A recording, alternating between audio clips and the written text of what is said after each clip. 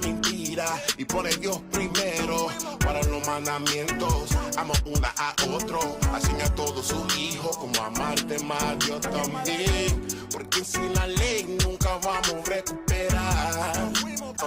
Pone la ley primero. Y gente sí buscan soluciones para los problemas en el barrio.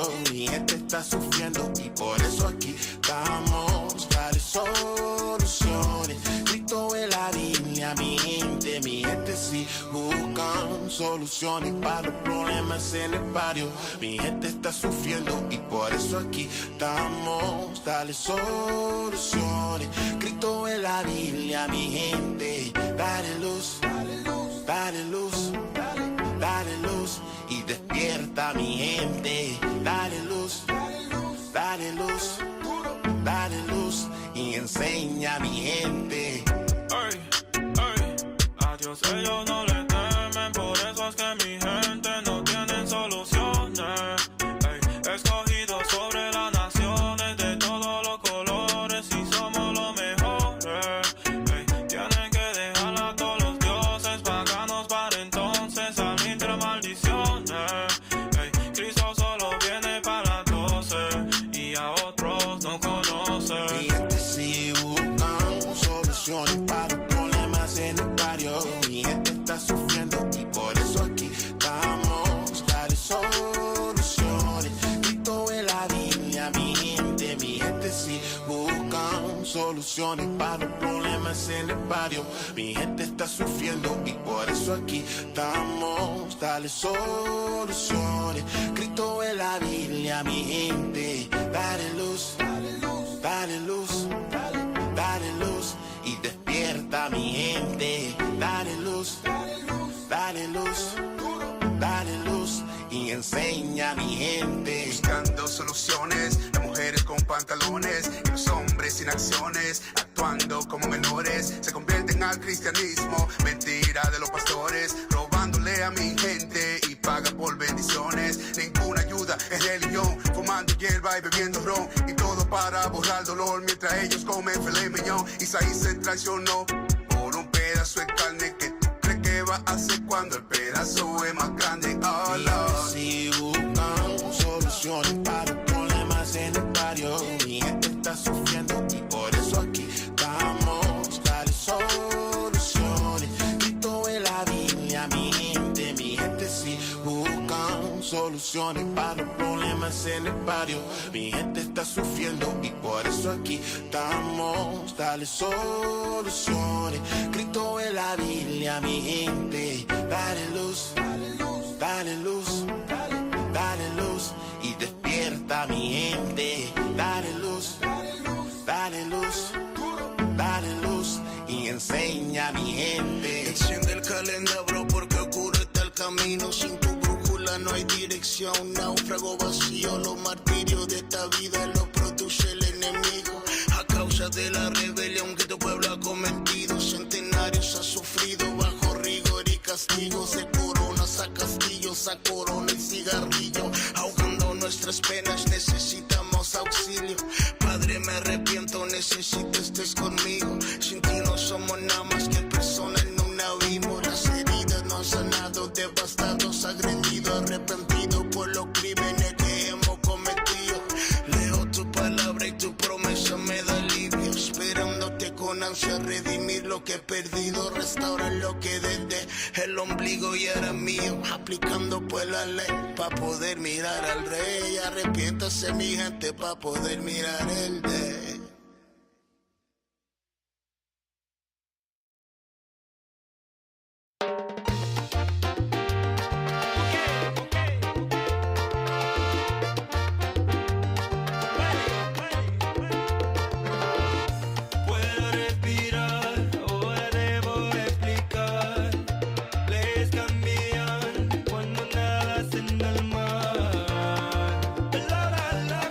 Estoy empapado, corazón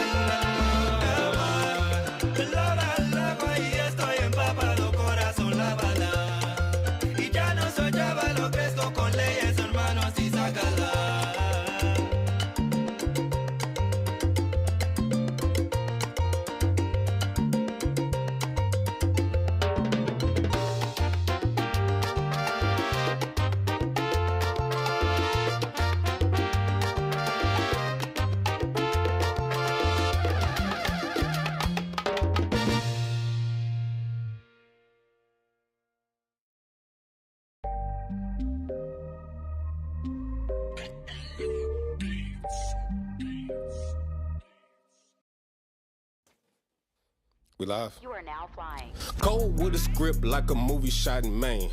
Whip move fast, it get higher than a plane. I be in a garment, leave a suit for a lane. Tell them move they feet fast, throw your hands like you praying. I say dripping in my garment, dripping in my garment. I be dripping in my garment, dripping in my garment. I be dripping in my garment, dripping in my garment. Plus my boots strapped up like I'm moving with an army. I be dripping in my garment, dripping in my garment. I be dripping in my garment, dripping in my garment, yeah. I be dripping in my garment, dripping in my garment. Plus my boots strapped up like I'm moving with an army. I say ready for tonight, I know it's finna be a feast. Got a closet full of culture, who the hell is Louis V? Plus I throw my garment on before I even brush my teeth. Probably leave a trail of sauce when I'm dripping through the feast. When it come to suit and tie, I probably have to pass. I see them staring hard, they be drooling in the mask. They be staring at the fringe, I'm just trying to get some gas. They be looking at the garment, probably think it cost a bag. Look, all these royal garments kinda look like graduation. You can catch me with the deacon in the spaceship causing ma'am. Drip come from the Bible, we ain't hearing what you saying. If we catch them talking reckless, bring them hither, we'll slay them. I be cold with a script like a movie shot in Maine. Whip move fast, it get higher than a plane. I be in a garment, leave a suit for a lane. Tell them move they feet fast, throw your hands like you praying. I be dripping in my garment, dripping in my garment. I be dripping in my garment, dripping in my garment. I be dripping in my garment, dripping in my garment. Plus my boots strapped up like I'm moving with an army. I be dripping in my garment, dripping in my garment. I be dripping in my garment, dripping in my garment, yeah. I be dripping in my garment, dripping in my garment. Plus my boots strapped up like I'm moving with an army. I be dripping, dripping, dripping. Need a clean on IO Deacon, thinking Dorcas did it. I might let you meet her when she visits, full of whipping. Yeah, you see him fringes swinging for repentance. Got a scripture for these niggas when they say they close is wicked. Look, all these kings around me, you would think that we was dreaming. We just leading. We don't feed these demons, beat them through exceeding. You can spot me in his army. Lord of hosts gave us the vision while they sitting watching television, wishing we was finished up. Garment clean, got my fit from Kiva them. D done hit that jug, cut that rug, cause he feeling it. Drip drop out of fountains, we believe cause we been beating this. I'll leave you with my Bible, you'll be needing this. Read. Cold with a script like a movie shot in Maine. Whip move fast, it get higher than a plane. I be in a garment, leave a suit for a lane. Tell them move they feet fast, throw your hands like you praying. I be dripping in my garment, dripping in my garment. I be dripping in my garment, dripping in my garment. I be dripping in my garment, dripping in my garment. Plus my boots strapped up like I'm moving with an army. I be dripping in my garment, dripping in my garment. I be dripping in my garment, dripping in my garment, yeah. I be dripping in my garment, dripping in my garment. Plus my boots strapped up like I'm moving with an army. I be get it in A, check it out A, get it in A, check it out A, it's going down A, mash it up A, mash it up, mash it up, mash it up. Yeah. You are now flying. Where my captain at? Southwest! Wake up, moon outside, it's a party. Hop up, dedication, it's a party. The can't nut destruction, it's a party. Too live, too lit, move with the body. Bible with the pins in a black bag. Dance, dance, dance, dance, dance real fast. Zine event book, yeah, I got that. Hold up, that's an Israelite starter pack. Passover dance with a staff in hand. Beast day show for a contraband. Dancing like I'm trying to see the homeland. Pentecost first fruits to the big man. Nobody party like an Israelite.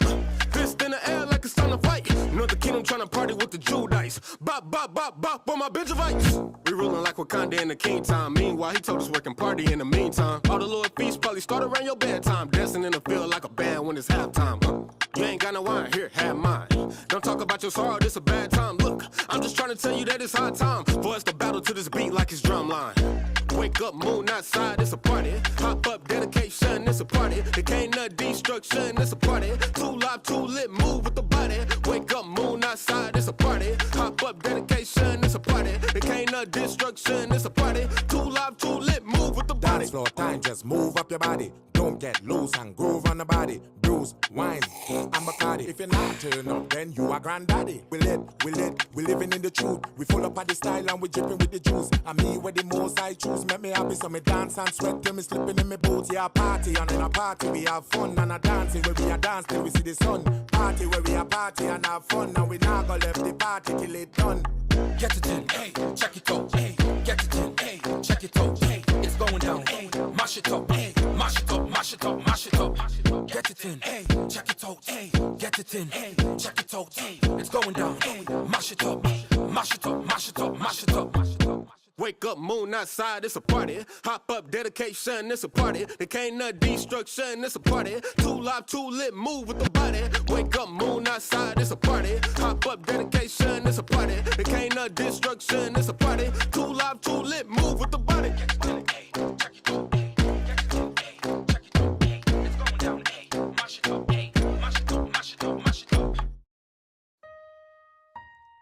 Hey, Zamar, man, you gotta hit up some of them Dallas OGs, bruh. Some of them brothers that's actually been through something in this truth, you know what I'm saying?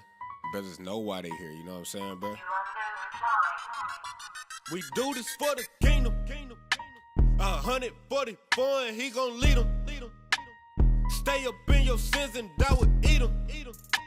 Your pastor don't want war cause we gon' beat him. Cause we gon' beat him. We do this for the kingdom. 144 and he gon' lead them. Stay up in your sins and die with eat them.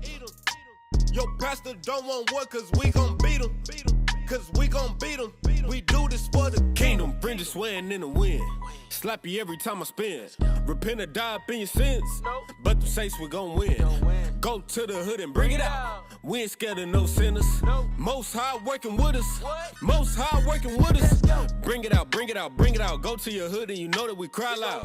Pastor hiding in the pulpit. Plus he teaching that cool shit. He don't know about the slave ships. He don't even wear fringes. He all about the blue Benjis. That's why he promotes sin and ties. My people came on them ships. My people took all them whips. My people trapped in a pen. My people all in they sin. My people need to repent. No, my people keep the new moon. Rocking they borders of blue. Precepts to cut you in two. They ask why we do it, we do it. We tell them that we do this for the kingdom. 144 and he gon' lead them. Stay up in your sins and die with eat them. Look, your pastor don't want work cause we gon' beat him. Your show is scheduled to start in 35 seconds. This a mess to the coon. It's time to clean out your temple. The law is a spiritual broom. Awake and come out of your tomb. The death state of mind they got to consume. It's time to start living by keeping commandments. This is that path to the throne. Yeah, we the sons of the living God. We gon' rule with an iron rod. Ain't no love for the synagogue of Satan cause he a fraud. Esau ain't no God. Matter of fact, he a caveman.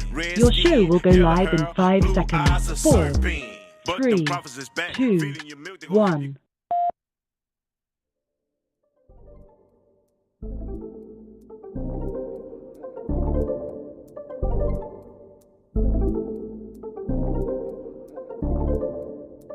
It's that time again. Yeah. Ya es la hora. You know, power hour.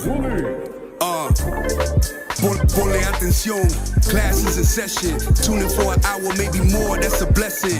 Learn from the captains and the leadership. Flee from religion, cause them churches never teaching shit. Everything you learn for your benefit. Line upon line is a requisite. Never take a deficit, yeah. That mean you take a loss if you stray from the way. You get the understanding if you study every day. Apply what you learn and bless when you pray. There's one interpretation, man, it's say what it say.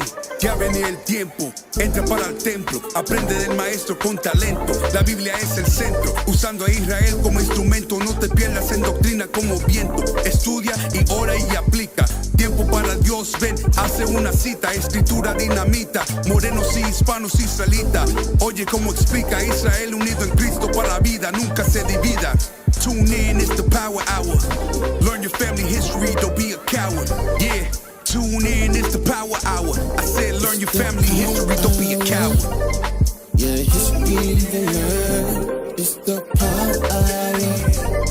The 11th hour. Tune in to your history. You know it ain't no mystery. Power hour. The 11th hour. You know where you to history. 11th hour. Power hour. Shalom, shalom. Welcome to the Power Hour Plus. I am Deacon Joshua. Officer Zara. Officer Tobias. Wow, that was so fast. It just went very. Hold on, I was trying to look something. No. Shalom to the 12 tribes scattered abroad. Oh, praise. Greetings. Greetings. Hold on, let me pull this up. I want to see this. I'm trying to get this ready.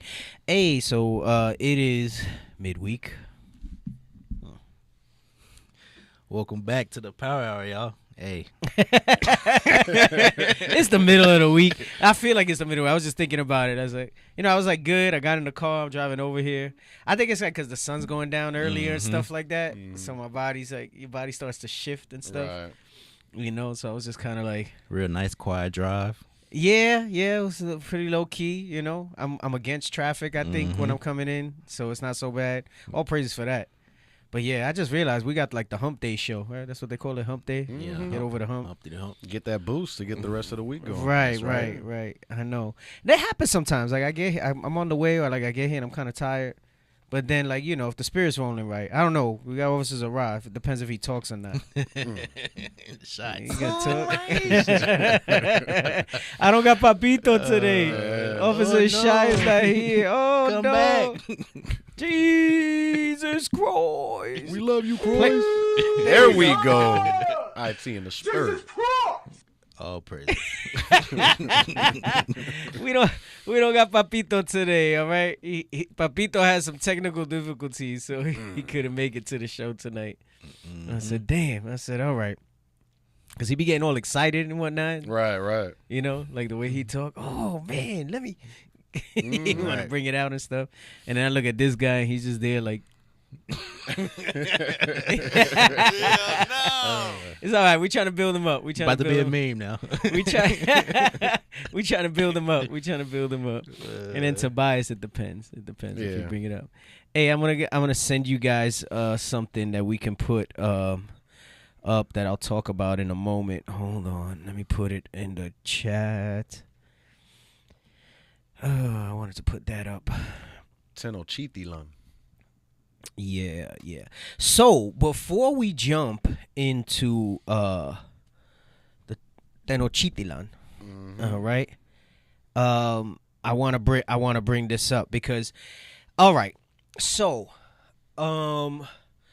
first off, let's pray for IUIC Puerto Rico.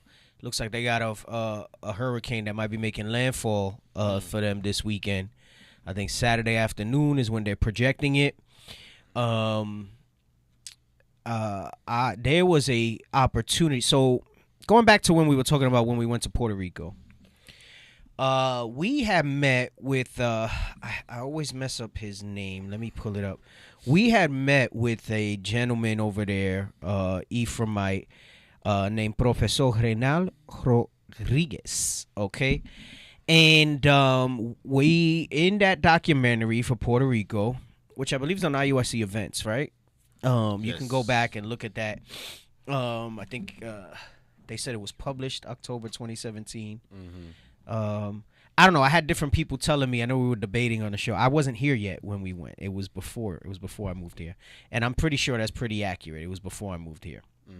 I think so. Still, I don't know. You were right, sir. I look back at it. Yeah, and it was a second trip that you made. I believe it was. Right, that was a second trip. Because then the hurricane hit, and I didn't go back because things were jacked up there for so long. We didn't go back for a while, and then when we went back, I went back last year. I think in May. It was supposed to be April, but it wound up being May, and I went in May last year. But anyway, we had met with this professor, Professor Renal, and he had a collection. So, long story short, he had a collection of stones that, and at the time, Captain Isaac had looked up, now Deacon Isaac, and we were basically able to reach out and make arrangements to meet with him. We went to his university, and we were able to sit down with him. And I believe he's a professor of archaeology. And we did an interview with him about the stones. And, you know, we had our estimation of what the stones represented, understanding the scriptures, right? And the scriptures speak about, you know, what we've been kind of going over the past few weeks, too, with showing how we came to this side of the earth. So these particular stones, and why it's so heavy in Puerto Rico, is that till this day that we know of, because almost everything over here you found some semblance of pyramids or structures, right? Right. And not that that's critical to knowing who it is. At the end of the day, it's the curses that identify who we are. But so this was a significant find in Puerto Rico because this was an archaeological find of some magnitude. Now, when we interviewed him, he was trying to get validation in academia about these stones, and they're the stones of they're called las piedras de Padre Nazario. All right, so these are the Nazario collection. All right. And we did an interview with him, and so fast forward some years later, he reached out to. We've been trying to stay in touch with him. He reached out to us, and he invited us to sit down with him again, so we can get an update on what he's learned and what he's done with the stones. And then he also invited us to speak to his students tomorrow. I mentioned the hurricane because in Puerto Rico, right? Yes, okay. In Puerto Rico, because I was gonna fly out there so that I can do the presentation to the class. Right. We may wind up doing it on Zoom. Hopefully the connection's good. So the hurricane, even though they said it's coming in Saturday, I wasn't trying to take a chance and get stuck out there. Yeah. Right. Because I wasn't going to stay the whole weekend. I was going to try to do a quick in and out, go meet with him, do the presentation, and come back. Right. Unfortunately, it didn't work out that way, so we're going to try to do things remotely, which we'll be doing tomorrow. We're looking to try to broadcast it on Israel Unido en Cristo Live. And then we'll also edit it up and have something going with that as well. And we're going to present some similar stuff, like we're going to use the book here from the Atkinson's Casket and whatever. Anyway, long story short, he's gone through some things, and some people have said yes, it is Hebrew. Some people no. At the time when we met with him, there was definitely nothing definitive. And we believe he's gotten some pushback from some Amalek, which are the so-called Jewish scholars, in trying to validate the stones. Because it would mean too much for them to validate, just like they never really wanted to validate the Decalogue stones, and all the different archaeological finds that we bring up, because it'll tear down and deconstruct everything that they've said and that they claim for, the right? whole narrative. Mm-hmm. Right, the whole narrative.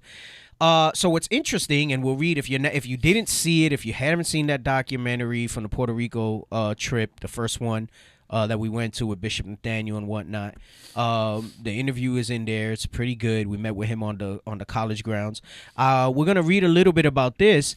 I did not know that Wiki had a collection of it. Right, I just figured we were gonna talk about it, and just now I was typing in the stones of Padre Nazario, and this came up.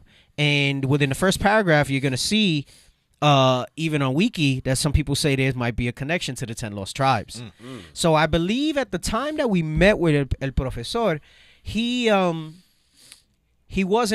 really 100% with it. Right. But I think he's starting to see and kind of lean towards it. So, he's pretty, as far as academia, pretty respected.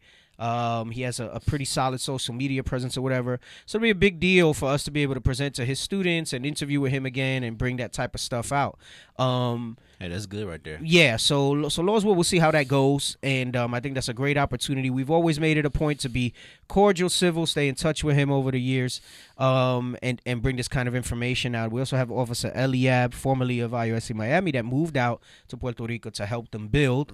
Officer Gideon's down there, been putting in work, stayed there for a long time. You got Soldier Raphael, who's been around a few years as well, and some of the other brothers there that are up and coming. So they're growing now slowly, but they're growing now.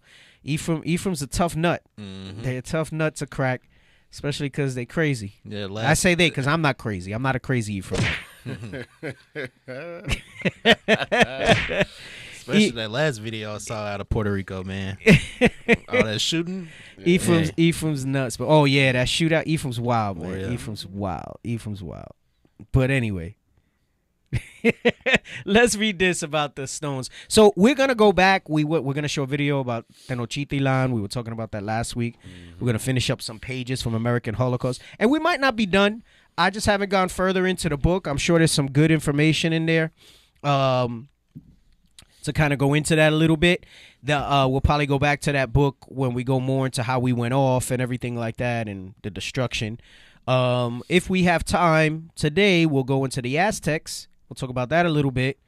And if not, then Lord's will, life lasts.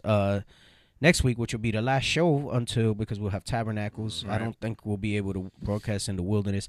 I gotta ask them though. I mean, everybody's gonna be in the wilderness anyway, so nobody might even watch. So, well, most of us will be in the wilderness. Ain't put it that way. The ones in the spirit. We got the internet Israelites. Word, I heard some people just trying to roll up early, just getting canceled. Oh yeah. Oh yeah, who was that? trying to arrive almost a week early. Like, damn, let me be there. Like, nah, I'm here. Post up. Just never leave. Just don't leave. Just never leave. Anyway, so here we have the Nazario collection. All right, so go ahead and read that for me. All right. Nazario collection. The Nazario collection, Spanish, Colección Nazario, also known as Aguabaña's Library, Spanish, Biblioteca de Aguabaña. Father Nazario's Rocks. I know, did I butcher? That's Aguabañas. Aguabaña. Aguabaña's Library. Close. Biblioteca de Aguabaña. Aguabaña. Go ahead, Father Nazario's Rocks. Hey, and look, when you put up Padre Nazario, there should be images of the piedras. If you can look those up, those were the stones that we found. Real quick before he keeps reading, I don't know if the wiki has pictures of the stones. I don't think they do. And we're not gonna read this whole thing. Okay, no, scroll up. Scroll up. No, you're scrolling down. Sorry. The 1, 2, 3, the fourth one over. On the top row? No, that's fifth. Yep. You could use those. That's a good one. Blow that up. So this is some of the stones here, all right? And he had more. He had smaller ones, like in little boxes. He had the bigger ones. We got to like hold them and check them out and stuff like that. Right? So these are the stones, the piedras del Padre Nazario, all right?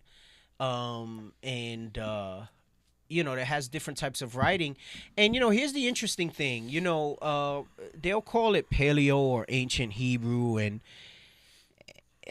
this is the frustration, and this isn't one of all things. Outside of biblical knowledge now, as waters are rising spiritually, right? Tents of Judah were risen, and more of the tribes are waking up. Even in understanding, we had to go to our slave masters. Right. So when you look at this and these things with the rock, like even the stuff that they say, like basically you got to wait for them to validate and say that it is or it isn't, right? That's the status quo. That's what we have to deal with nowadays. So it's a little frustrating when you say that because they'll say, oh, well, no, it's not, or they're, and who's really going to know? They're the authority, right? Because they've made themselves the authority. So whatever they want to say, is theirs, they'll say it. And just like Esau, such a Esau thing to do, right? They've just always taken whatever somebody else is and claim it for their own. So historically it teaches you that. So those are the rocks. So let's go back to it, right?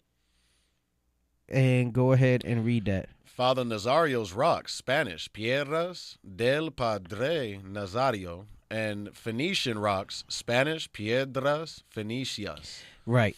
So remember, we went over recently on the show, and this is what's so significant about these rocks is that they've also been called the Phoenician rocks, right? But we know the Phoenicians were ancient Israelites, right? Come on. Are a cache of carved stones that originated at Guayanilla, Puerto Rico. According to contemporary accounts, the statuettes made of local serpentine rocks were first discovered by Catholic priest Jose Maria Nazario y Cansal during the 19th century. Right, so that's during the 1800s, all right? Remember, when you talk about centuries, it's if it says 19, then that means the 1800s. If it says 18, that means the 1700s, all right? Come on. And feature unidentified petroglyphs. Right, so petroglyphs is just writings that they have not identified, right? Come on. Petroglyphs that have been speculated to be connected to the old world for over 130 years. Okay. Their original site was not far from Yaco and was underground, where it was hidden under a slate that concealed a tunnel. Overwhelmed with the quantity and difficulty of transporting a trove that totaled more than a ton. Meaning there was, remember I just said that up until these stones, there haven't been a lot of archaeological things that they found in Puerto Rico, right? A lot of other places, Central South and what's known as Central South America. There's pyramids, there's things like that. They said that there was so much of these petroglyphs and these stones down there that it was total more than a ton, right? Come on. He opted to abandon his individual approach and recruited locals to aid in the moving of the rocks to his house. Which means some of them probably got lost, damaged, whatever, meaning there was more in there. Okay, come on. Where he conducted the first research on them by comparing them to similar objects from other countries. Nazario would combine his research with his religious background, leading to the hypothesis that there might be some connection between them and the 10 lost tribes. Right. So there's this aura, all right, or for depending on if you're heathen or not, or stigma, that these stones have some connection to the 10 lost tribes. Now, notice this was largely, they'll say religious because especially in these times, you say religion and academia, religion and science are not supposed to go together. Right. I mean, I believe, especially here at IUIC with the various teachers that we have, Deacon Atam being one of the foremost, we're able to show you that they're not mutually exclusive, right? The Bible is the history, and then there's other documented accounts that bring this forth. Right. Because they'll try to tell you that, it's because they were just religious, that they presume that these are the people because they're looking, and people who discredit it, they'll say it's a fairy tale. So you usually have, I mean, there's more, but you break it down to two camps when it comes to the lost tribes. Right. They'll tell you the Bible's not real and it's a fairy tale. That's a made up people. So when you make that connection, it's BS. And then you have the other that'll tell you, the tribes are all people, right? Like I even found some stuff where I think they tell you Great Britain is Ephraim, or I don't know, the United States is Ephraim and Great Britain is Manasseh, and they try to include all people. Like I've seen things like that out there, and it don't make sense because it don't add up with what the scriptures say. The curses. But a lot of these accounts do come from priests and friars, right? That wrote this stuff. Now, that doesn't mean it discredits it. It just means that they had a working knowledge of the history of the Israelites, right? And remember, we've gone over this with the iconoclasm even recently on the show. Because of how effective the iconoclasm was, and let's read that in First Maccabees. It's First Maccabees 3. Yes, sir. About painting images, and that's not the only occurrence, but that's one of the most popular. We could put it there that it says it so plainly.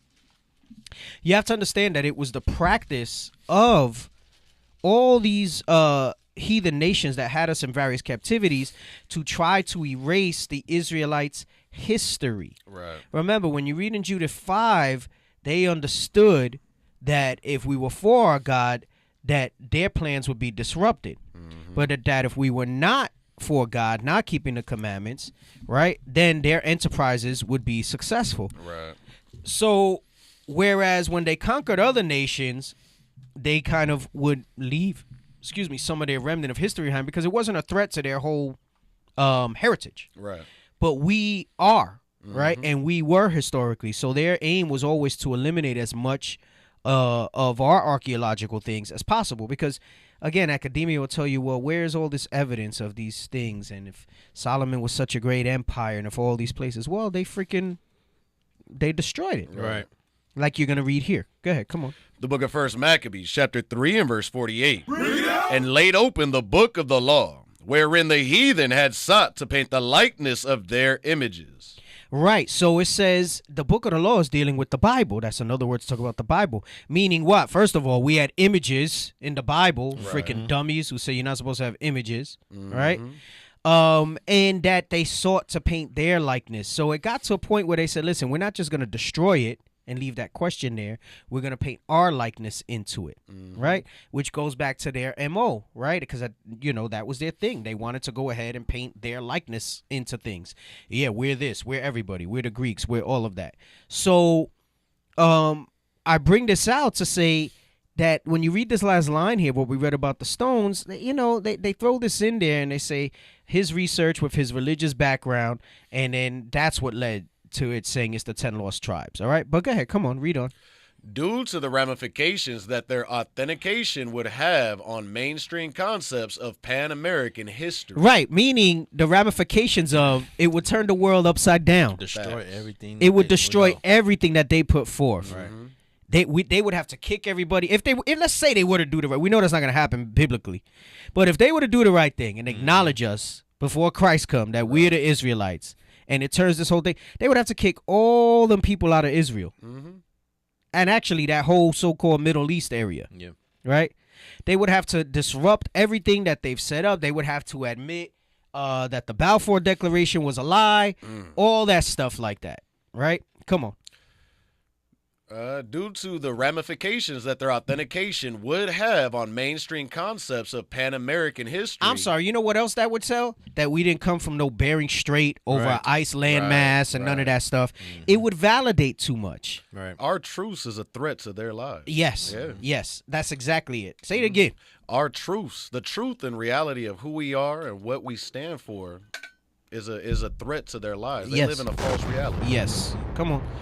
The authenticity of the pieces has been in question from the onset. And I'm pretty surprised that this is up here like this, because it's letting you know, it's not telling you why the authentication of them would upset the concepts of Pan-American history, but it's telling you that because of that, it would put in question, they were put in question from the onset. Come on. Exactly. With researchers providing conflicting opinions. Go ahead. Despite this, several foreign archaeologists traveled to Puerto Rico in order to study these pieces. That's like when somebody will say, yeah, I don't want to fight this guy, but man, I would love to fight him. Right. You know, so yeah, those stones are crap. That's not legit.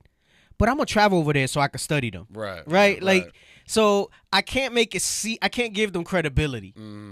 But on the low, I'm going to try to go and desire to check. Right. Yeah. Come on. Where we at? Among? Despite this, several foreign archaeologists traveled to Puerto Rico in order to study the pieces.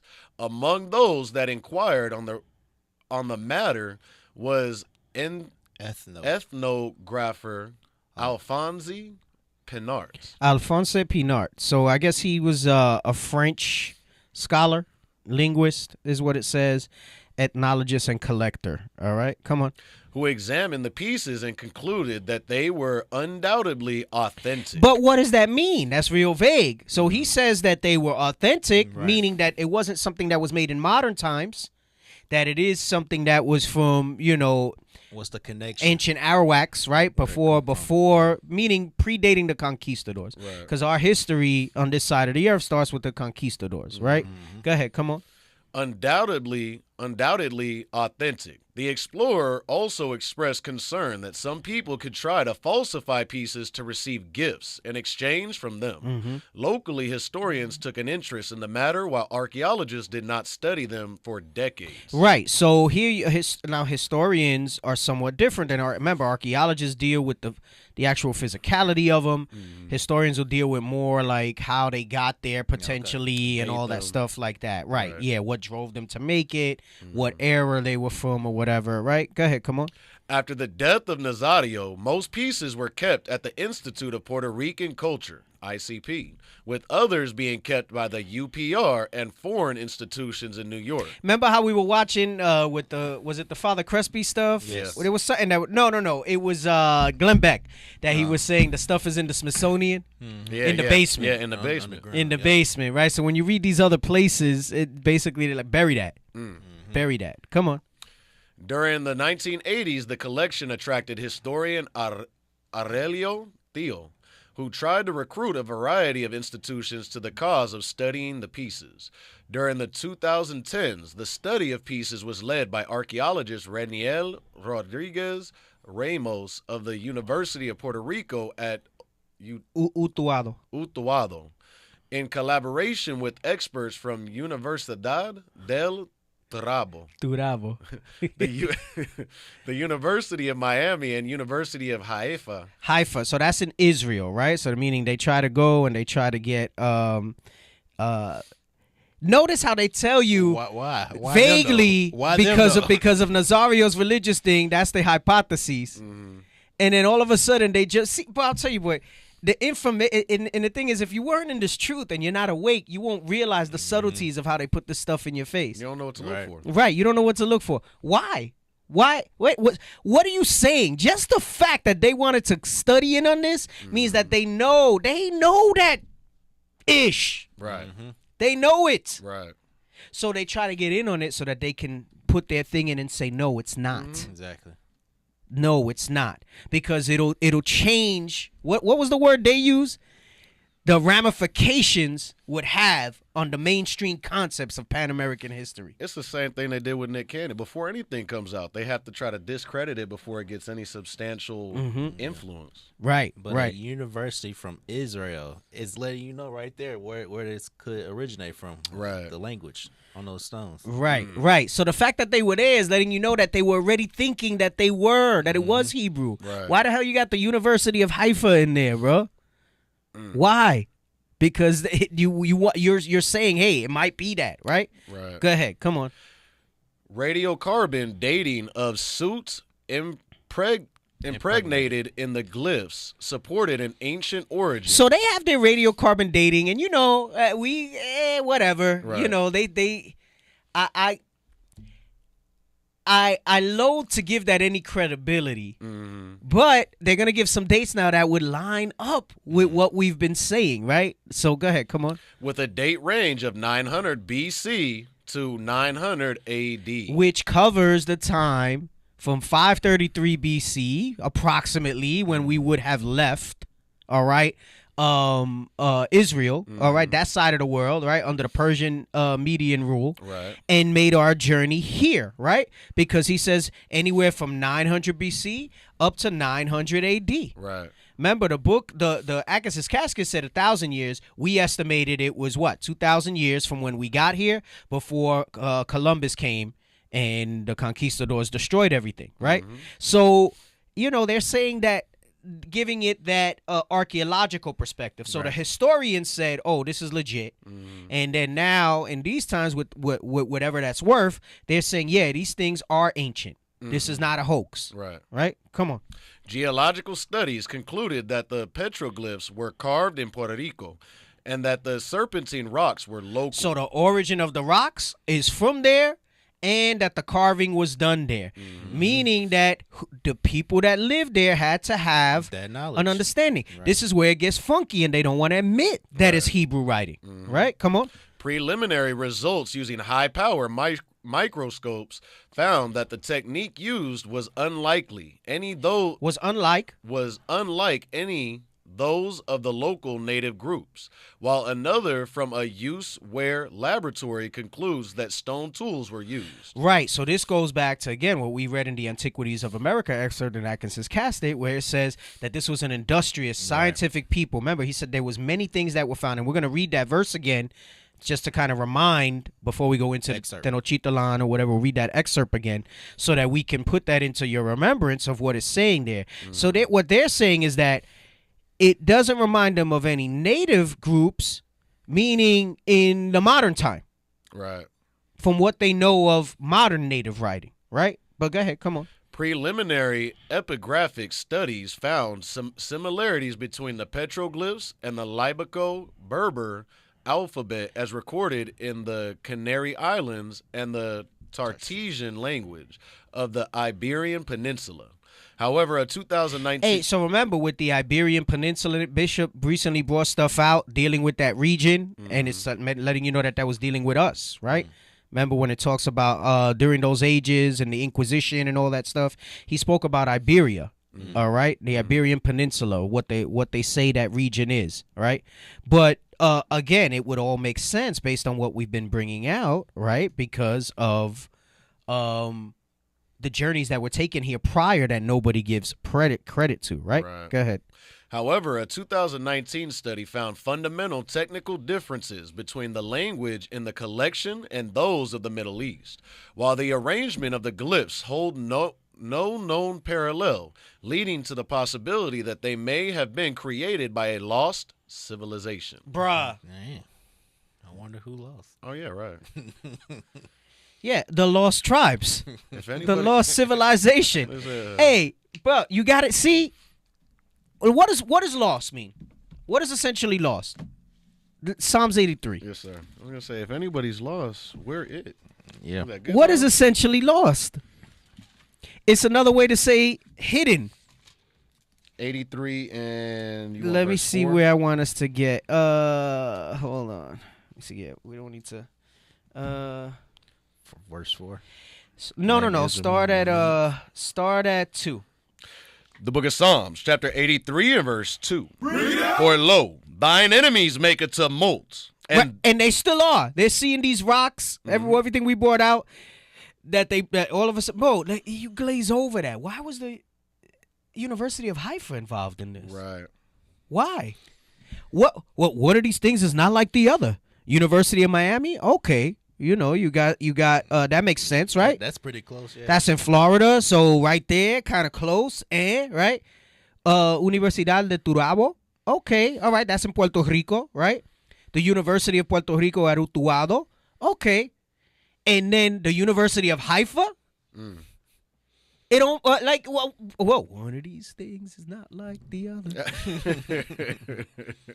So when they say lost civilization, right? Read this so that your enemies make a tumult. Come on. The book of Psalms, chapter 83, verse 2. For lo, thine enemies make a tumult, and they that hate thee have lifted up their head. What? Meaning they said, hey, we're going to basically get ourselves together and come together in one consent and do this. Come on. Verse 3. They have taken crafty counsel against thy people. And we've gone over this. There's so many ways that they've done crafty counsel. Slavery, keeping us from reading, iconoclasm, like we read in First Maccabees, all right? The decree of following politics in First Maccabees 1 and 40, right on down, all to the end that we would forget the law and the traditions and all those things like that, right? One of the other crafty counsels is any history comes up from them, destroy it or deny that it has anything to do with the connection of their real heritage. Right. Come on. They have taken crafty counsel against thy people and consulted against thy hidden ones. Against that lost civilization, against thy hidden ones. Are the so-called Amalekites, right? Where they say the Jewish people in Israel hidden? No, they're not hidden. On Front Street. Right. All straight out saying this is who we are, right?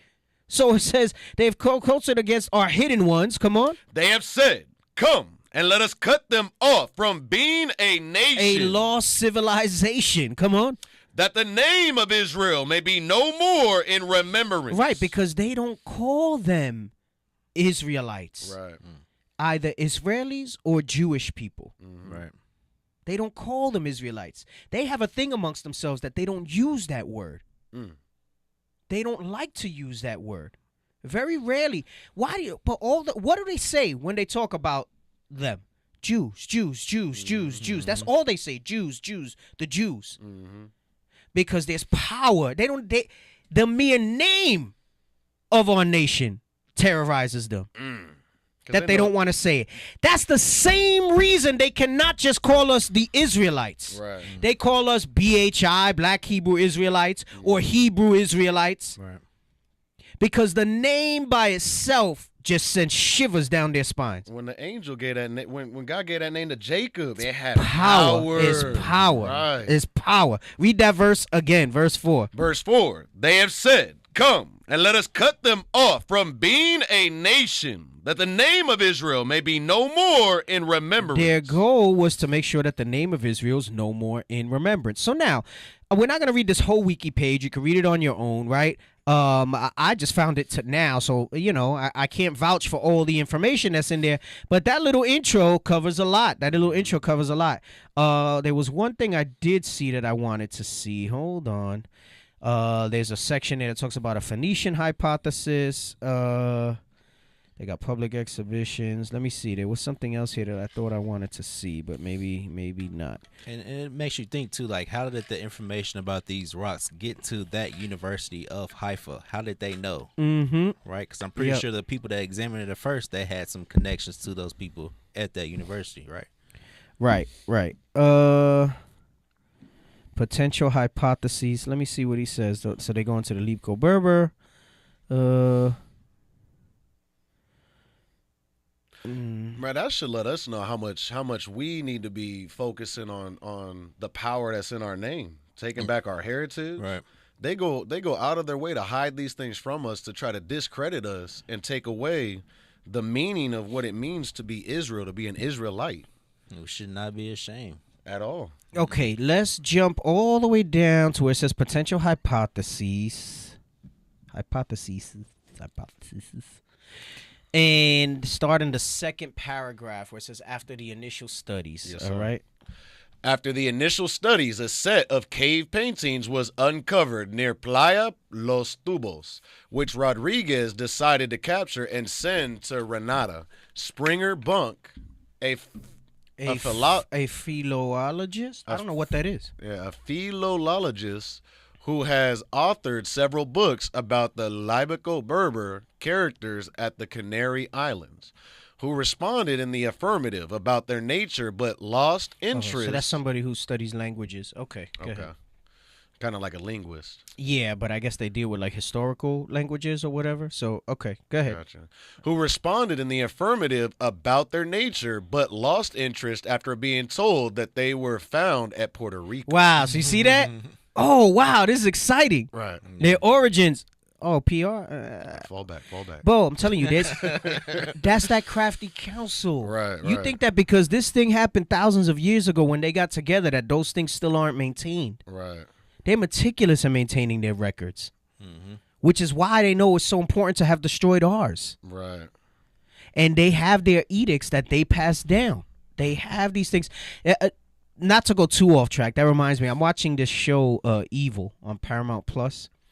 And it's like a Catholic priest and whatever, and deals with like supernatural stuff. But it's interesting. It has some interesting things to me. It's funny. They show the devil with horns and stuff like that.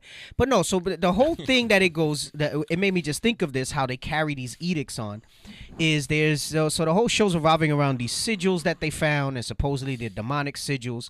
But the demonic sigils really represent certain houses that carry on their legacy of keeping that demonic stuff alive, right? And again, not to go too far left, my point is that they pass this thing down by families. Right. So those same families of these elect that were there together, that did this in all one consent, they keep those records and they pass that thing down. And it's like, okay, one day this child, they pick the successor. Right. And they say, okay, all right, when he gets to a certain age, we're going to tell them his family history and this and that, and now let's take all this history out and reveal this to them.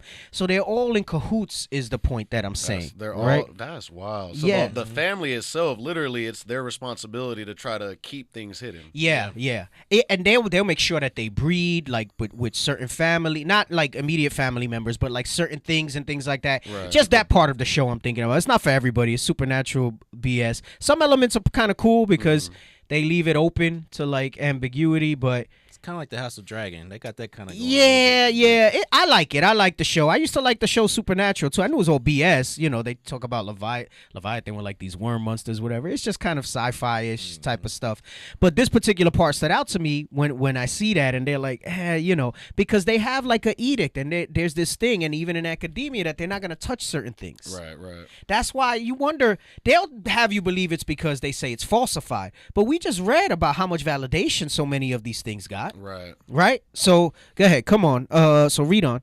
Ultimately, he combined these with the seafaring nature of Caribbean natives and studies like one in which archaeologist Richard Thomas Callahan of the University of Calgary studied how far the Canary Current could have dragged a drifting vessel to formulate a hypothesis that he wanted to falsify. So this is what we were bringing out when we spoke about the currents, right?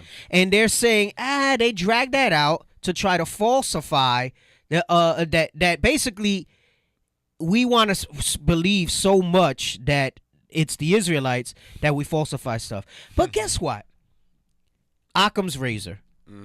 Usually the simplest answer is the one that makes the most sense. And what sounds more realistic? That a seafaring people with knowledge that had a navy historically were able to come together with reparations, with funds that were given, like you read in Ezra's in the Bible, and make a journey to a place that they knew, or we traveled across a frozen tundra where nothing lives, no life, freeze, miles of it, nothing grows, and we were able to make it across that and then somehow disperse from them frigid places all the way over here, all on foot. But Columbus discovered America by accident, and that makes sense. Well, it don't make sense. It don't make sense. But anyway, go ahead. Come on. Following Mm-hmm. the 2019 studies, Rodriguez distanced from previous stances and considered Nazario's 10 lost tribes hypothesis as falsified, since the similarities that were previously noted were insufficient to account for fundamental differences found in the way that the languages were written. But of course, it would make sense if they dated them to anywhere from 900 BC to 900 AD. You're talking about anywhere from 400 to over close to 1,000 years. More than 1,000 years, right? Because 5, that's 15. Yeah, you're talking about 1,400 years of potentially starting to lose the language, right? And it becomes a variation of it rather than the actual, right? Like slang, like. I'll give you an example. The KJV was the English standard. Yeah. Do we speak this way now? No, sir. No. Right? The language has been modified. Right. They'll even modify Bibles to try to modernize the language. Right? But it's interesting that they say this because, and what we're reading here, because again, we're meeting with him tomorrow, and we did reach out to him. And, now, while we don't have any type of degrees in any of these things, I think he can at least acknowledge, and I think in his frustration in dealing with academia, he can at least acknowledge and know that, like, hey, these guys, at the very least, they research. They have a level of understanding where they research. Right? And we're looking at these different things and these different annotations and these different books and things like that. And I'll be honest with you, just based on what we read at the top, the academia is never going to give him that validation. They're not. No. They're not. It's going to be this mystery. It's going to be this ambiguous thing. Probably discredit his name, maybe at one point. And I believe that he was concerned in that. Like when we did the first interview, you could tell, we want to be respectful of that. I mean, he's not repenting yet. Who knows? Maybe he will at some point. We don't know. But obviously, it was interesting enough that he wanted to speak with us again. And, he said, hey, speak, maybe he's going to go the approach of just throwing out a different perspective and not fully buy in on the record. On the record. Maybe deep down, he still does hold to that, right? Because what they're telling you is that he abandoned it, which means he held to it. And I'd like to believe his first meeting with us, and I think him reaching out again, impacted that in him. Because we met with him prior to, and he didn't seem that married to the Lost Tribes thing, but I think it sparked something in him, and it made him say, hey, and like I said, we've tried to stay in touch over the years and he's been on this quest to try to get them validated. So, I believe he's maybe reached a little bit of a dead end in academia, and so now he's kind of, he's seeking truth though. He is. So I mean, you can't once he comes. But that's the thing. I think especially when that's your whole life and you've dedicated your life to academia and education, it's hard to embrace. You don't want to be discredited, right? And not just that. What I mean is, it's hard to sit there and say, and acknowledge that, hey, some of these guys might be full of shit. Right. You've dedicated your whole life to that, and now until you get stonewalled. Now you say that it's kind of like people who come out of Christianity that can't come out when you bring this, and they'll say the most darndest things that make no sense, and hold to an ideology. You've seen it as we speak to some of these pastors, and you wonder how they can do that. A lot of that might not be that they wholeheartedly believe it. It's just that it defines who they are, right? And to turn away from that, it basically is like removing your identity. That's a hard thing for people to do. That's a hard thing for people to do. That cognitive dissonance. Yeah. Right. Go ahead. So finish reading that. 2019, following 2019 studies. Where's that at? Right there. Right at the top. Following the 2019 studies, Rodriguez distanced from previous stances and considered Nazario's 10 lost tribes hypothesis as falsified, since the similarities that were previously noted were insufficient to account for the fundamental differences found in the way that languages were written. Right, but that's easily explained when you read how remember, we were all in different captivities, the different languages we knew and understood, and how we came over here during that time period. Again, now you have a melding of certain writing and speaking. Gosh, there's scriptures that talk about them speaking in strange tongues and the tongues of the when we married these other nations, and we spoke in their tongues and things like that. Letting you know that we tend to kind of assimilate those things, right? Go ahead. Your own language, supporting Rolston's conclusions. However, he noted that the way they were kept under the custody of a select group was rare, seen in cases such as the Dead Sea Scrolls, and was quoted as saying that the hands that made these are different from the hands that made other artifacts in Puerto Rico. So he's talking about the ones that academia will accept, the ones that are just no connection to Israel. Come on. Rodriguez did not completely dismiss the possibility of intercontinental travel, stating that these stones could potentially be the first robust evidence to begin having a discussion about the possibility of pre-nautus, because nautical, right? Meaning dealing with nautical, with naval things. Pre-nautus, pre-Columbian mariners. Which is what we've been going over the past few weeks. Right. Who were those pre-Columbian mariners? Solomon. And us. Right. During the time of Second Ezra's. Come on. And that they question the meta-narrative that Columbus brought writing and his history with him. Because that's the thing that they ultimately want to maintain, that we were savages. And now when we go back and we read this excerpt before we go back to the Tenochtitlan thing, you're going to see it says that we weren't, that we were scientific, that I keep saying were. We are. Right, we are. We're scientific. We're industrious. Yes, sir. We're an advanced people. Come on. Effectively pushing the definition of Puerto Rico history back thousands of years. In regards to other hypotheses, he is skeptical of Fell's conclusion and notes that some of the words that the zoologists translated as phonetic Quechan? I don't. That's not a Spanish word, so I don't know. Quechan, such as yucca, ungi, chayote, and papaya, are in fact Arawak in origin. Right. So basically, they're gonna meet with him tomorrow. I mean, I really would have loved to be out there to like kind of have the discussion with them about some of this stuff. Face. But who knows? Maybe the doors are open. We can discuss it some more. And obviously, he has. Again, this is his life, so he has some background and access to some research, and especially dealing with what they call the hypothesis of the 10 lost tribes. I think it kind of gives us,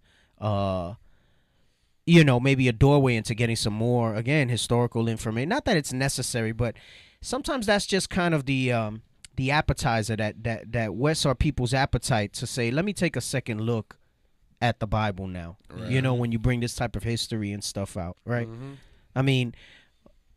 Those of us who I didn't need any books for me to believe this. Right. But that doesn't mean that others might not need that spark in order for them to, contrary-wise, the scripture tells you, of making many books, there is no end. Right.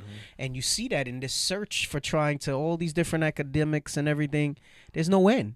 Right. Because it's designed that way. To keep you, like, trapped trying to figure this thing out. Right. The only definitive, the only constant will be the Bible in that regard. So, y'all can read this on your own time. Go ahead. I was going to say that the Arawak are just indigenous. Yeah,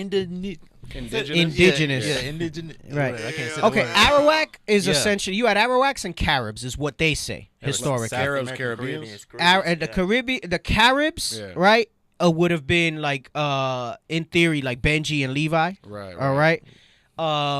And Arawaks would have been like Manasseh, Ephraim, and Simeon. Right. So basically, what you would consider Latino Caribbean is Arawaks. Okay. And Caribs would be, like, again, there's some nuance to that. I'm not going to say that definitively that Caribs were that. Because some people tell you that, remember, it wasn't just Northern Kingdom came over here. Just like some Northern Kingdom stayed, you had some of the other tribes that did come with us over here. Right. But the bulk was Northern Kingdom, and the bulk stayed behind, Judah, Benjamin, Levi. All right, but there were some remnants of Northern Kingdom that stayed, just like there were some remnants that came with the vast majority of Northern Kingdom over here. Right. All right. All right. So those are the stones. Let's go and let's get the page that bottom excerpt from Atkins's casket. All right. We want to read that again. From Atkinson's cat. Damn, we didn't even do the Olmec thing still. And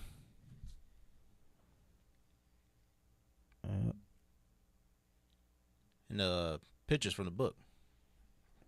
Yeah, from the book. No, not that one. The other one. the I'll excerpts. probably go back to the Telegram. Tenochtitlan. We trying to get to Tenochtitlan. Yeah, that book. That book. We're gonna read that last part again. With it, remember, because they spoke about that it was stone and everything, right? Just the images last time, if like just remembering like how they literally took they have no imagination. They go to our book and then they create everything that you have around you and then try they most certainly do, especially when you see like fantasy shows and stuff. Like I'm watching the Rings of Power now, and I'm just like, man, they just Tolkien right? just took all. It's fire too, by the way. I don't know if you're into that genre of stuff. The Rings of Power. Okay. So it's like a prequel to the Lord of the Rings. Fire, so good, so good. So everybody, including myself, is interested as to what your Paramount playlist is. You're dropping all these shows, and I'm like, what? Nah, but I mean, that's really the only show that I watch on Paramount is Evil. I don't know what else is on there. Like, I get to watch stuff, but I don't get to watch stuff. Mm-hmm. So it's like weird. It depends. Like it comes in like binges and not. Right. So it's like feast and famine. So sometimes I can watch things, and sometimes I can't. Sometimes it'll take me 3 nights sometimes to watch a movie, like, because by the time I stop, I might a little while, and then I fall out. So you're falling asleep. Yeah, I'm falling asleep. So I'm like, damn. But and I know I can't go straight through by the time I watch, like, unless it's during the day. Like at night, I can't. Like I'm just done. Once I hit the sofa, it's a wrap. Hey man, like Officers Raw. Hey, yeah. Hey, we was watching the movie together, and then like the first 10 minutes, I look at him, and then he already knocked out. I'm like, damn. Hey, I don't look to put things on my playlist that I'm like, ooh, that might be biblical. Right. Contrary wise, I just watch what kind of I just like, and it's pretty broad, the stuff that I like, and my mind is just so much in this that I see parallels all the time. Right. So it's not like I look for something and say, ooh, that might be biblical. Ooh, that might be biblical. It just pops out. Yeah. I'm not. Listen, when I first came in, when the leadership would like tell us stuff about movies, I would go to movies with them. I mean, we used to go to see certain movies that would come out periodically with Bishop Nathaniel up where he lived in New York, and we would be waiting for them to like tell us what they might have seen in the movie. And I know that you could fall into this trap. I would sit there and like try to force myself to see something in the scriptures. Right. And maybe you do, maybe you don't. I stopped doing that a long time ago. If it comes, it just comes. Right. It just like, sometimes I watch something and I don't see nothing biblical in it. Don't mean that there isn't anything in it. I might just be zoning out. Right. I might just be zoning out watching something. But a lot of times I see something, and it might not be biblical like historical. It'll be like, for example, She-Hulk is feminist. Like I started watching some episodes of She-Hulk. I'll probably finish it just because, I like comic book movies, But it's you could tell it's a whole feminist thing behind it and stuff like that. But you can't just let Hulk be Hulk. Yeah, But it's some things, So yeah, I don't particularly put things down to say, yo, it's deep. So yeah. So that's why I say that, because when people ask a question like that, it might be like they want to, maybe there's some stuff there that I can make. Right. I just kind of watch what I like, and if something comes out that makes me think biblically, I just think biblically, All praises. Yeah. It's not like I'm trying to remember, let me use this for a show or whatever. That's kind of like in my head. That's kind of like a gift, man. I clearly have to expand my horizon. I don't know. I've just always had a broad horizon in the things that I like to watch, Hey, I got a lot of documentaries in my list, but those really make me fall asleep if I'm not awake. So I gotta be like super alert to watch that stuff. But I don't know, a big sci-fi fantasy epic type of thing. So I watched that. So Rings of Power, pretty flame. Going back, they straight from the Bible though. That's straight wild. from the Bible, the way they come up with that stuff. It's like I got my parallels of who like I think we are and who the people are and stuff like that. But it's good though. It's a real good show. I forgot when the new episodes come out. There's a new one coming out soon, but it's good. The Rings of Power is really good. I enjoy it. It's on Amazon, The Rings of Power. So let's go up a little. It's the paragraph above. Yeah, we haven't even got to the Mexico part, but let's see how far we get finishing up this. We read the paragraph. As American, no, but I want to again just kind of in. bring it back, Right, because right. remember we were just reading with the Stones about the writing and this, that, and the other, and remember we just read that for some people that means no, it's not of Arawak origin, Right. but for others this brings it out. Remember, it said that we were pre-Nautis, pre-Columbus Mariner people that came here, right? So go ahead, read that part again. As America became settled by a civilized people and the industry of the enlightened, divested lands of the rough productions of nature. Numerous remains of antiquity were discovered in almost every section of our country, which had been improved.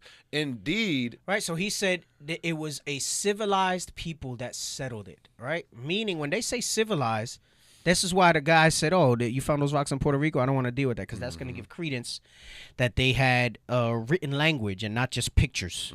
They didn't draw stick figures on walls and things like that, right? Go ahead.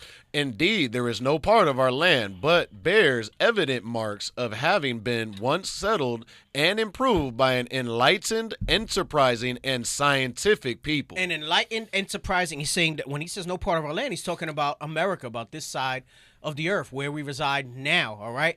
And he says that there's no part that you cannot see that it bears evident marks, meaning historically the things that they saw, the things that were available, that many of these things are locked up in basements now in different institutions. He's saying that they all bore mark that this was an enlightened, enterprising, and scientific people. We're speaking about the Israelites, the lost, so-called lost tribes, these lost civilizations. Come on. That they were very numerous. The extent and magnitude of their work sufficiently demonstrate. These remains of antiquity consist in walls. So these remains of antiquity, they have locked up now. These stones from Padre Nazario, those are remains of antiquity, but they won't validate them. Come on. Consist in walls, tombs, mounds of an enormous size. Remember, it said that this thing was under like a plate in a mound in a tunnel, and that it was tons of rocks that it needed help to get out and excavate. Come on. Of an enormous size. Posts, chimneys, stones, axes, hatches. See, stones, right? And then it said that, because they say that we didn't use, that it took, remember, it said that it was engraved with stone. Right. They try to say that we didn't have that understanding. But it's who's giving you that reference point? The people who took crafty counsel and tried to consult against us and said, let's cut them off from being a nation so that the name of Israel is no more in remembrance. Again, that's why they won't speak power to the name. They have to, if they ever say Israelite, they have to put something in front of it. Go ahead, come on. Stone axes, hatchets, arrows, and numerous engravings on rocks. Numerous engravings on rocks. There was more evidence than what we find now. That showed the magnitude of how enlightened we are, how scientific, how industrious we are. Come on. Earthenware has been discovered in some places, and likewise some very ancient coin. Knives, axes, hatchets of various workmanship in iron and steel have been found in several mounds which have been opened. Right, so meaning, where did all this stuff go then? That now you flash forward, you know, maybe what, 150 years, right? Because this was from Antiquities of the America, which was in the 1800s. We're in 2000, whatever. So you're talking about, you know, a little over 150 years, almost 200 years at this point, right? We're in 2022. Where is all this stuff? They got it. They got it. Yeah. Some of it they probably did. Some of it they did probably because it was too much. But they kept some. Their pride too. Because that goes back to what I was saying with the show. They have to have things that they can show to the next generation. And that's what I was gonna say. Their pride. Yeah. Like this, it's kind of like the bragging rights. So as they come of age, they can sit there and pass them down. I mean, It reminds me of how they put like animals on the walls. And so it makes me think like they want to pass the tools down. Yep, exactly. So we last week were talking about Tenochtitlan to show some of the industry and things like that. Before we go back to the pages in the book, there's a little 8-minute video here. Somebody had posted it in the comment stream, and they had asked for us to show some of this. What I found interesting, again, I like that. I still like the Asgard thing. I think it makes it more magnanimous. You're gonna see little drawings and stuff in this video, but he gives you a little bit of an explanation. I think this is a good recap rather than just reading. I mean, some of us don't have great imaginations. The reality is, right? So, you know, sometimes you have an artist depiction of something and things like that. So we're gonna watch this little excerpt. All right. They called it the Venice of Mesoamerica, Aztec history. And let's go ahead and play this, and we'll sit here and watch this.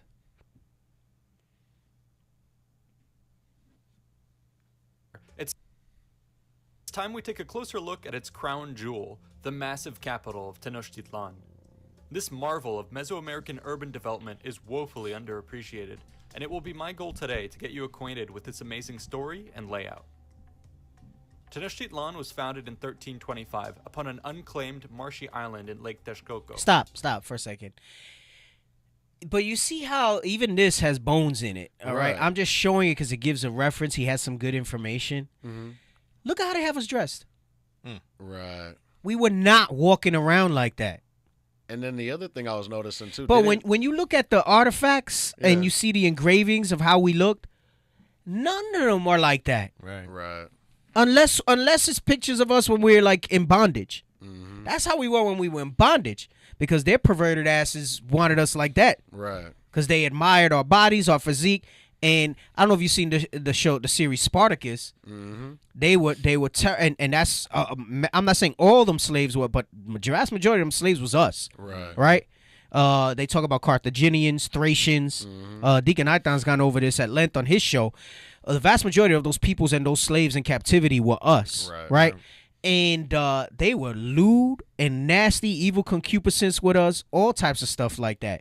Like, basically, you weren't just a gladiator, you were their sex slave. Right. Mm-hmm.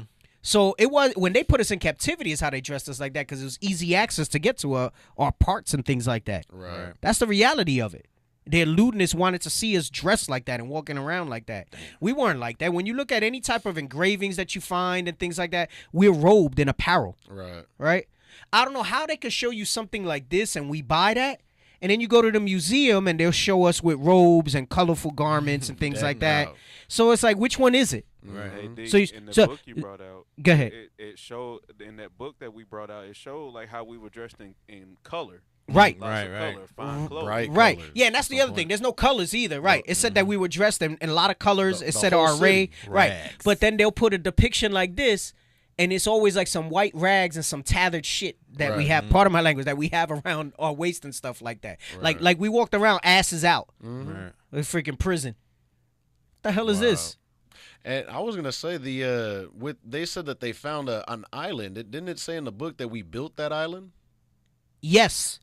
So we didn't just find an island. We literally constructed this. The book said that there was like a muddy bank, and over a process of time, we kind of built it up. Funneled water, all of that. Yeah, we built it from scratch. They're trying to lessen what was reality of what we put into it. Right. So I just wanted to point that out because they'll show you that. And that's why I say there's some bones in some of this stuff. Some of them can't help themselves. They want to talk about it, but they can't talk about it in its full capacity. And some low-level people don't know, but some of those high-level people, there's some stuff in there. And if they didn't know, I guarantee you once the higher-ups find out, that's when they have the meeting and they're like, yeah, you're not going to go study that. Right. Fall back. Oh, why not? We'll cut your funding. Okay, no more questions. Right. Come on. According to legend, the very spot was marked by the god Huitzilopochtli, who had told the Mexica tribe to seek out an eagle perched on a prickly cactus. A second city was also founded 13 years later by a group of dissident Mexica who set up camp on a twin island just a few hundred meters to the north. This second location would become known as Tlatelolco. At first, both settlements were quite unremarkable, as there were meager building supplies in the area and people had to survive off the local flora and fauna of the lake. However, due to their position, they could exploit waterborne travel to grow as raiders and traders. Over the decades, the two population centers were able to expand thanks to extensive drainage and construction projects, such as the famed Chinampas. Due to their close proximity, though, the two groups were quite closely intertwined and often worked, traded, and fought together. During the uprising of 1426, both Tenochtitlan and Tlatelolco would lock arms to take on the city of Azcapotzalco, along with their other two allies in the Triple Alliance. During the following years of the Aztec Empire, both cities would get their share of tribute, plunder, and economic activity that would cause them to expand rapidly. While growth would see their cityscapes merge, the two did seek to preserve their own identity. A quick comparison would reveal that Tenochtitlan had the greater area and population, though Tlatelolco had by far the largest market and main temple. Another further distinction would be their individual rulers, as both cities maintain separate governments. Hey, and let me tell you something. I don't fully buy the whole thing that we were always warring with each other. Right. And we know that that's, you know, you read that like in Judges and historically how we wound up having beef with the split in Northern Kingdom and Southern Kingdom. But I don't fully buy that we were always fighting with each other. Right. Like that don't make sense to me, especially to be in that close proximity. Like to me, that's BS. Come on. Here are both of their royal lineages side by side. You'll note that the Tlatelolco line ends in 1473. This is due to the fact that a family quarrel between rulers escalated into open conflict and saw Tenochtitlan emerge victorious and assert its dominance over Tlatelolco. Thus, from then on, the two cities would formally be joined up until their conquest in 1521 by the Spanish and their allies. Stop. Look at that picture, bro. It's talking about the conquest. Look at how they just came. Notice they first came when you read in the book, and they were talking about how great and impressed they were. Right. And then their mind immediately went to conquest. They were surveying the land. They were laying things out. Look at how they came in there with their horses and everything else, their armor, to just trot us down. Right. All right. Go ahead. 1521 by the Spanish and their allies. Let's now turn to the details of the cityscape itself. This can be a bit overwhelming, so let's first begin by looking at things from a macro level before zooming in to deal with the specifics. To put things simply, the city was located on an island on the western edge of Lake Texcoco and was connected to the mainland by 5 great causeways. I thought it was 3. It covered 13 square kilometers and was laid out in a dense grid of canals, roads, and buildings. I think it said it was 3 main ones, and then they had some smaller ones. So, Gotcha. like I said, there's some information varies a little bit, but I mean, you still see the grid and how it was set up and all of that. So, right. I think that's pretty impressive how that stuff was set up. Go ahead. Man, look at a smaller map in the upper right. Look at how big that causeway was. Right. How that's the main one from Asgard that comes in from the Bifrost. That's the one. Go ahead, come on. The city was divided into 4 quarters known as Campan. These were then further subdivided into 15 or so districts known as Calpoli. Each of these districts held commoner families led by a set of nobles with their own marketplace, temple, and school. With this framework No, but in we mind, were savages when we came over. We didn't have structure and organization like that, is what they try to tell you. Come on. Let's now begin filling in the details of the city. We can begin with the most important ceremonial center of Tenochtitlan, the Sacred Precinct. This walled area encapsulated a wide plaza holding about a dozen important structures. Dominating the center was the 60-meter-tall, twin-peaked Great Temple, with a blue shrine dedicated to Tlaloc and a red shrine dedicated to Huitzilopochtli. In front of it lay the round temple pyramid of Quetzalcoatl. A variety of other temples, a ball court, and even a school So you for see the different drawings they have. Like, there's different artist representations of what they read. Right. And they try to put it out there. I find it interesting. If you ever look some drawings of supposedly ancient Israel and the temple court and all that, very similar. Very similar layout and structure to all of that. Come on. nobles were arrayed around the and that's remaining straight pyramids, but they probably said, the Egyptians wanted it like this. We're going to put some stairs and some levels to it. But it's straight up a pyramid. The only thing that's missing the little tip on the top. They made it more functional. Go ahead, come on. Round of the sacred precinct. Just outside the walls were a host of other important buildings used to run the city. These included palaces, homes for dignitaries, marketplaces, and yet more temples. At this point, we would be remiss to skip over some of the incredible that features. right there looks like where the main temple would have been in Israel. I don't have a depiction of it. Maybe in the background if it looks. Remember, this is 356. See if you guys in the background can show there's drawings of like how the temple was during Herod. That reminds me of the way it looked during Herod. But go ahead. Pictures of Moctezuma II's palace, which included a botanical garden, an aviary, a zoo, and even an aquarium. Yo, we had a zoo. We had a zoo and an aquarium. A botanical garden. You wonder where they got that stuff from. You find that stuff to this day. Damn. You wonder where they got that stuff from. Everything from us. Go ahead. Clear's report that the botanical garden contained a great many trees, sweet-scented flowers, and aromatic herbs, which were a pleasure to stroll besides. The aviary is said to have had 10 rooms housing many colorful species and birds of prey. The zoo featured jaguars, pumas, foxes, and snakes, amongst hundreds of other exotic animals, while the aquarium housed yet more creatures in the form of salt and freshwater fish located in separate ponds. This is truly something that must have been incredible to behold. Radiating out from the cluster of buildings around the sacred precinct were 4 major roads. The east led to the docks of Tetamozalco, while the north, south, and west led to the great causeways of Tacuba, Iztapalapa, and Tepeyac, leading to the mainland. These were built to accommodate heavy traffic and were so wide that the Spanish noted you could fit 10 horses side by side. Stop. You see how they were already planning? Right. Scheming. They noted that you could fit, it's so wide you could fit 10 horses. Why? Because that's how they knew they were going to set up their ranks when they wanted to take over the city. Right. That's crazy. Yeah, that make no sense there. That means that said that they were going to do 10 columns and however many rows to come through on horseback. Right. Go ahead. Traffic and were so wide that the Spanish noted you could fit 10 horses side by side.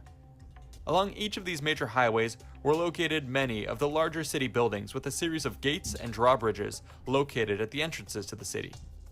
Co-located with the causeways were also aqueducts, which brought in fresh water. Stop. What did he say? Aqueducts. Right. They were aqueducts.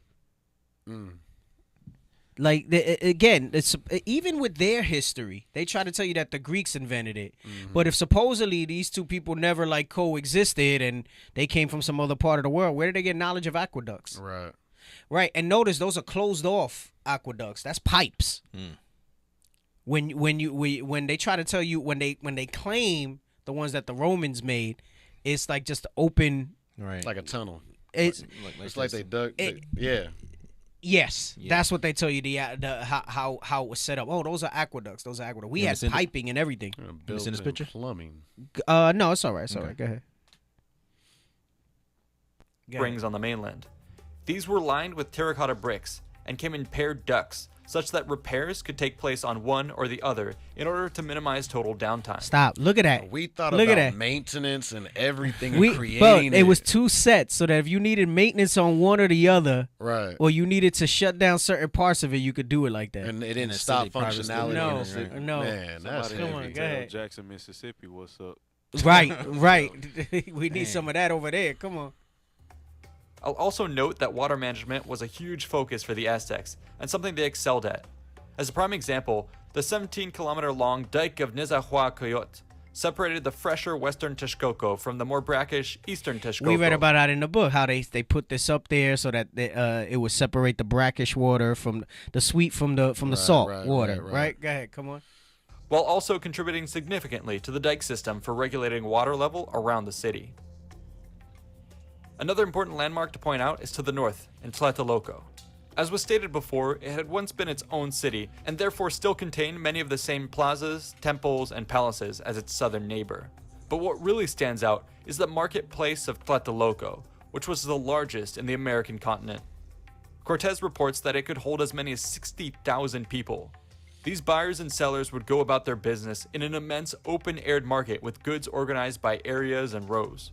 We read about that there were certain that they were very particular about keeping certain things separate. Right. And we understand how it talks about, let's get that, what's the one that I went over about the diverse seed and all of that? Deuteronomy. Yeah, bring that out. Bring that out. Bring that part out. 22, right? Yep. The book of Deuteronomy, chapter 22 and verse 9. Thou shalt not sow thy vineyard with diverse seeds, lest the fruit of thy seed which thou hast sown and the fruit of thy vineyard be defiled. Right. So there was reasons why certain things were told to be kept very particularly separate. When we read in the book, it said that they were very particular about keeping certain things separate. Remember, even you got the dietary law, so certain animals and things like that we probably didn't want together. Certain fabrics, certain seeds, certain vegetables, we probably just didn't even want them anywhere near each other. Right. All right. Did you read the part about the fabric? That's a different verse. Is that Leviticus 19? Yeah, 19. 19. Yeah. Hey, that makes sense. When I was growing up, I didn't like my food to touch each other. So I understand now where it comes from. No, like with Northern Kingdom, there's 2 ways that you get your rice and beans. Yeah. Most Northern Kingdom, you put your rice and the beans on the side. Right. I like my beans right on top. I like them right on top. You gotta throw them on top, because you get all the little sauce and the. It makes it, Make it better. Some Yeah. rice and beans together, boy. I don't know. Yeah, when it comes separate like that, I look at the plate. I'm like, looks bland. I'm like, throw this shit on top. Oh man, go ahead. The book of read that. Leviticus, chapter 19 and verse 19. Ye shall keep my statutes. Thou shalt not let thy cattle gender with a diverse kind. Right. So again, same thing, right? How do you control that, right? You don't want them to gender with a diverse kind. You ain't gonna control them from screwing each other, so you got to keep them separate from each other. Come on. Thou shalt not sow thy field with mingled seed. Uh-huh. Neither shall a garment mingled of linen and woolen come upon thee. Meaning animal and plant-based fabric, right? Animal and plant-based fabric. So that would mean that the market probably had the section where you would get your skins, your coats, your wool, and they had a separate section where you would have your cotton and your linen or whatever else they made fiber from. Right. All right? That's how it was set up. So go ahead, and you see the depiction of it there on the screen. All right? Come on. So put my beans on top of the rice. Yes, put my beans on top of the rice. Come on. Tomatoes, feathers, rare animal pelts, musical instruments, fine cloth, and even bottled fresh water, amongst other things. These were bartered for using cacao. You heard that? Bottled water. Wow. He said they have bottled. Run that back a little bit. We missed that. Wow. Go ahead. Cloth, and even bottled fresh water. Wait, go back a little more. A little more. Bro, they got no imagination. I'm like, bro, there's no imagination. Hey, that's that nothing new under the sun right there. Right. Good. Areas and rows. One might find corn, tomatoes, feathers, rare animal pelts, musical instruments, fine cloth, and even bottled fresh water, amongst other things. Bottled. You heard what he said? You think Esau invented bottled water? Man. He said we have bottled fresh water. Bruh. And supposedly they was just wearing rags. Right. Come on. Bartered for using cacao, cotton cloaks, and gold-filled feather quills. There would have been a ton You heard that? more. He said that they would. Remember, it said we also had currency in the book. This part doesn't tell that part. But he said we had gold-filled feathers. Remember, they try to tell you that we sold stuff for beads, like trinkets. Right. We knew the value of gold. We knew the value of precious things. Right. Right? Come on. Go ahead. Cotton cloaks, and gold-filled feather quills. There would have been a ton more to explore in the city, but for now we will have to fill up the remaining blanks with some high-level commentary. You can imagine that much of the rest of the cityscape was filled with canals, bridges, streets, squares, markets, temples, workshops, and residences. You'd find tons of homes traditionally built of adobe walls and thatched roofs. Colorful frescoes and other decorations filled one's vision with color, while countless people going about on foot and by boat breathed life into the sea. So how come when he first shows it, he shows them with loincloths on a freaking raft, but here they have full garments on, looking like Israelites of the freaking time? Right. Come on, man. I was just finna say that. Yeah, you see how they get you, bro? Come on, bro. You see how they try to bring that stuff out? And then nobody will realize. They start you off, bro, that's all subtle setup stuff. Look at this great city. Look at the savages that built it. Right. But then they show you another depiction here, and look at them. They got clothes. And listen, some of them had, like, golden fibers and things woven into the clothes and all that stuff. Hey, D, look at the brother in the orange garment. Look to his right. It looked like the brother right there got fringes on. Yup. Look at that. Yeah, look at the brother next to him, too. Look like he got some fringes down there along his thing. Man, oh, man. I tell you, they try to get you, boy. Go ahead. Hey, all right. And Apocalypto's a great movie, but they showed him half naked and all of that stuff like that. But come on, go ahead. These included farmers, fishermen, Women in merchants, dresses. nobles, priests, craftsmen, soldiers, and Stop. more. Right. Babies naked. Right. Look, so the babies is naked. The dude's in a loincloth over there. So now they switched up the imagery again, right? Right. Right. He there just chilling with a loincloth playing a flute, but the woman's in the dress. Come on. Go ahead. For context and the sheer level of activity, the population and Stop. its Hey, look at how dark they tinted them, too. Now, right? yeah. You see how they change it up? So, again, it's all conflicting information to keep you on your toes and all of that, so you don't really see the reality of what's there. Come on. peak is estimated to have been in excess of 200,000 individuals, with the surrounding small towns pushing the total closer to 300,000. This is astounding, and must have been particularly impressive to the Spaniards, as the sheer scale of Tenochtitlan rivaled many of the largest contemporary European cities such as Paris. At this point, I also want to clear up a misconception about the Mesoamericans. Often they are imagined as being largely made up of unsophisticated tribes scattered across the jungles. In reality, theirs was a civilization of centralized city-states with impressive levels of development. Stop. So at least he says that, right? And that's a clip from Apocalypto that he showed that picture. And, like, you know, so he's kind of hip to it, but he did show the first image with us in loincloth. But he put that image because it says it makes you think that we were just tribing, warring factions. He says we were city-states with all this technology. Come on. After all, Tenochtitlan was just one shining jewel among many. It's hard to wrap my head around what a sight this all must have been to behold. I'd love to talk more about the various details of Tenochtitlan and other Mesoamerican cities, but for now, this is where we will leave things. I look forward to reading the comments below to see what you all would like to focus on next. Once again, thanks for all your support. All right, so that's it on that. You got something you want to Yeah. Pull up that image I had sent to our group. It's just a screenshot from an article, right? And so the article is just an excerpt of pretty much what this Spanish conquistador said right here. Yeah, click on that one.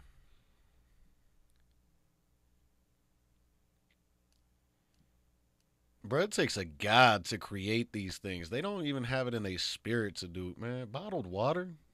Come on, man. That's wild. Yo, fresh bottled water. Bro, because you in the marketplace, you might get thirsty and leave. So let me get some water so I can stay shopping, you know? Come on. Go ahead, officer. All about us, we saw cities and villages built in the water.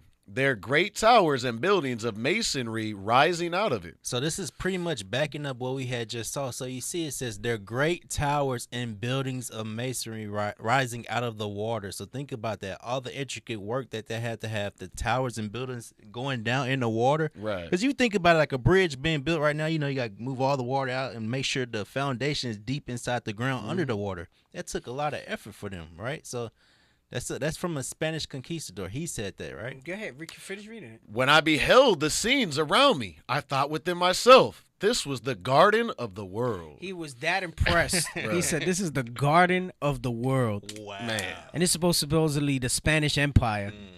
That was the empire at the time. He said this was the garden of the world. That's Bernal Diaz del Castillo. Hey, and that means if your last name is Diaz or Castillo, that's your slave master's name. Ah, got him. All of us, man. All of us who got the bro. Because I'm telling you, man, some Northern Canadians be all proud. Be all proud of that last name, man. He needs some milk. Yep. Come on, man. Like I've said this before. If your name was Smith or Thompson or whatever it was, you know what I'm saying? And you got Rodriguez and Gonzalez or Diaz and Castillo, that's your slave master's name. Oh, so you put that up there? Hey, okay, there we go. You got some pictures. And then go back to 356. So pull those up, get those ready. And that's supposedly the artist's depictions of Herod's time in the temple. And then you look at some of the stuff we saw in the video. 356, I think, had that I told you reminded me of that when I saw it. It reminded me of that drawing. And again, even what they're showing us in the video is another artist's depiction, but if it's anything accurate to what was written and somebody described it, it's similar to what we see here, right? Come on. You getting it ready? He getting it ready to put it on there. He said, "My name is Jose Diaz." Hey, you might be you might have been a slave of this guy that said what he said there, you know? That's how it goes down for us. Right? Just like somebody here, Jude or whatever, might be Washington. You might have been George Washington's slave, you know? Facts. Or Jefferson. You might have been George Jefferson's slave, you know? Well, we got to make Israel great again. Yeah, right. Man. Yep. He got the pictures up now. Okay. Go ahead and put that up. And then put up, can you do the side-by-side with just the video? Where at 356 on the video. I believe it was at 356 on the YouTube video that we just played. Go to 356. Well, you could do that one, yeah. Okay. So look at kind of similarities in the structure and layout. All right, this is what I was talking about. That's one picture. All right, you leave that one there. you had other ones too that looked pretty good close to it. And so the one on the right of the screen is, look, that's another one. That's what they depicted the temple and stuff in Jerusalem. So that would have been the remade temple. I say in the time of Herod because it's hard to find ones that are depictions of the ancient one. They have this one laid out pretty good. Again, look, similar layout to what you see there of Tenochtitlan. A lot of similar. Right? Super similar layouts. Go ahead. You got any more? I think you have more, right? Look, similar type of layout. Same type of thing, all right? Same type of thing. Go ahead, come on. Look at that. Same type of layout. There was another one that it had a little building like that in the video. I don't remember where, but it's all right. We don't need to. I think people are getting the point with all that stuff and how it goes down. Look, even in the background, how it's laid out and all of that stuff. All right.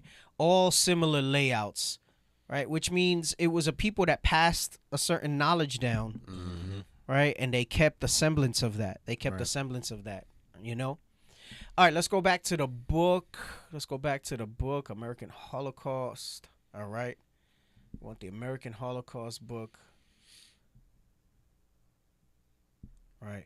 And I forgot where I was going to put the Olmecs. I didn't even think I sent you links about the Olmecs, so I can't even remember. Zoom in a little because I can't see it, so I know Tobias can't see it. Facts. And then I think we had went down to keep going. Each kind of merchandise it's sold. Okay, we'll start there because we read a little bit of that paragraph. All right, so we're going back to the book. We were reading excerpts from these pages last week. We're going back to the book to describe this. And again, what prompted me to think of this is when we were reading in the excerpts from Atkinson's Casket, which is an excerpt from Antiquities of America. It speaks about the enlightened, industrious, and scientific people that we are, and the things that were found. And they don't teach you this in history. They don't teach you these things, right? Come on.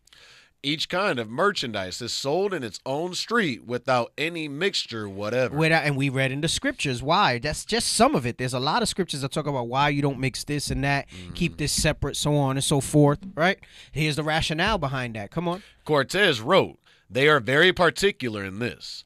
Even entertainers had a residential district of their own," says Bernal Diaz. That's the same guy. That's the same conquistador that we just read, Bernal Diaz, that you read the excerpt from. Come on. "A place where they lived a great many people who had no other occupation than to be dancers, and others who used stilts on their feet, and others who flew when they danced up in the air." So that means they were gymnasts. That means they were like gymnasts, right? So, or like you see like capoeira and stuff like that. They was like just boom, like, and bro, it says they flew. That means they had so much ups. They was just boom, like flying through. You know, you see them gymnasts do them tumbles and whatever, how high they can get, right? And you know our people do that stuff the best. So come on, go ahead.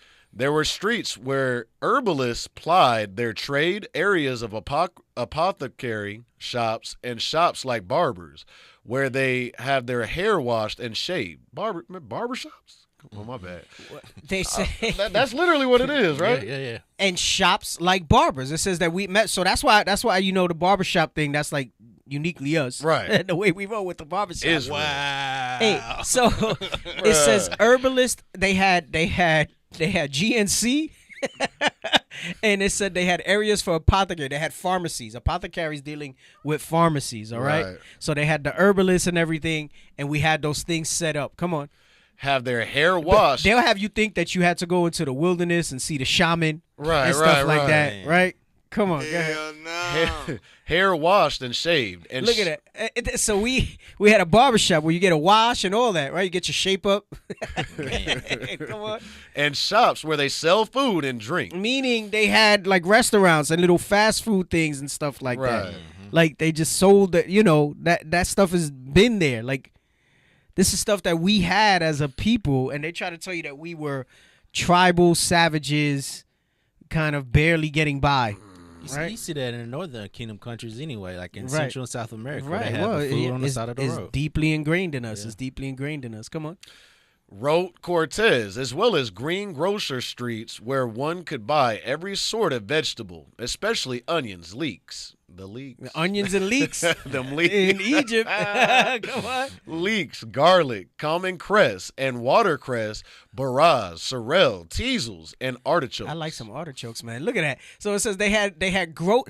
So that was that street was the grocery store. Right. So you would go and get your produce. That was the produce street that we had. The Come original on. Sprouts. Right, the original Sprouts. Whole Foods. Right. Come on. And there are many sorts of fruit, among which are cherries and plums like those in Spain. Right, so that he's saying I recognize some of the things that we also have in Spain, right? Come on. There were stores and streets that specialized in game and birds of every species found in this land.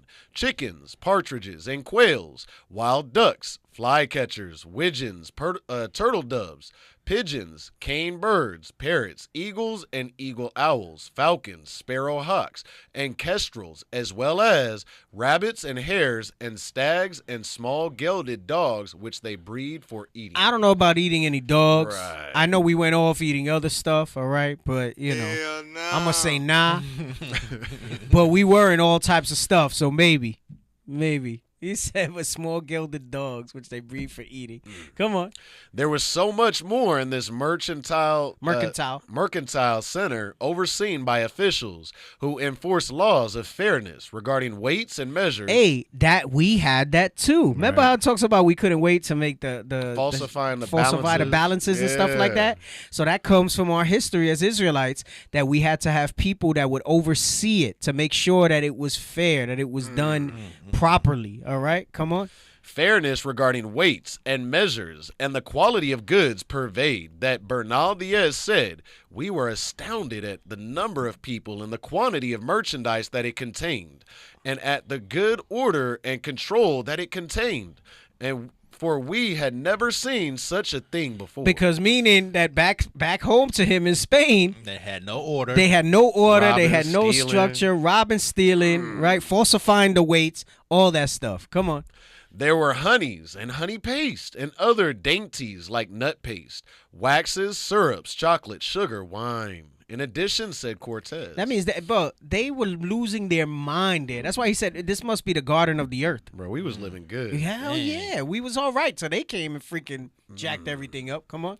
There are many sorts of spun cotton and hanks of every color. So why they always show us with like some pale white loincloth? Bland. He says there were many sorts of spun cotton and hanks of every color. Come on. And it seems like the silk market at Granada. We also had a silk market as well. Come on.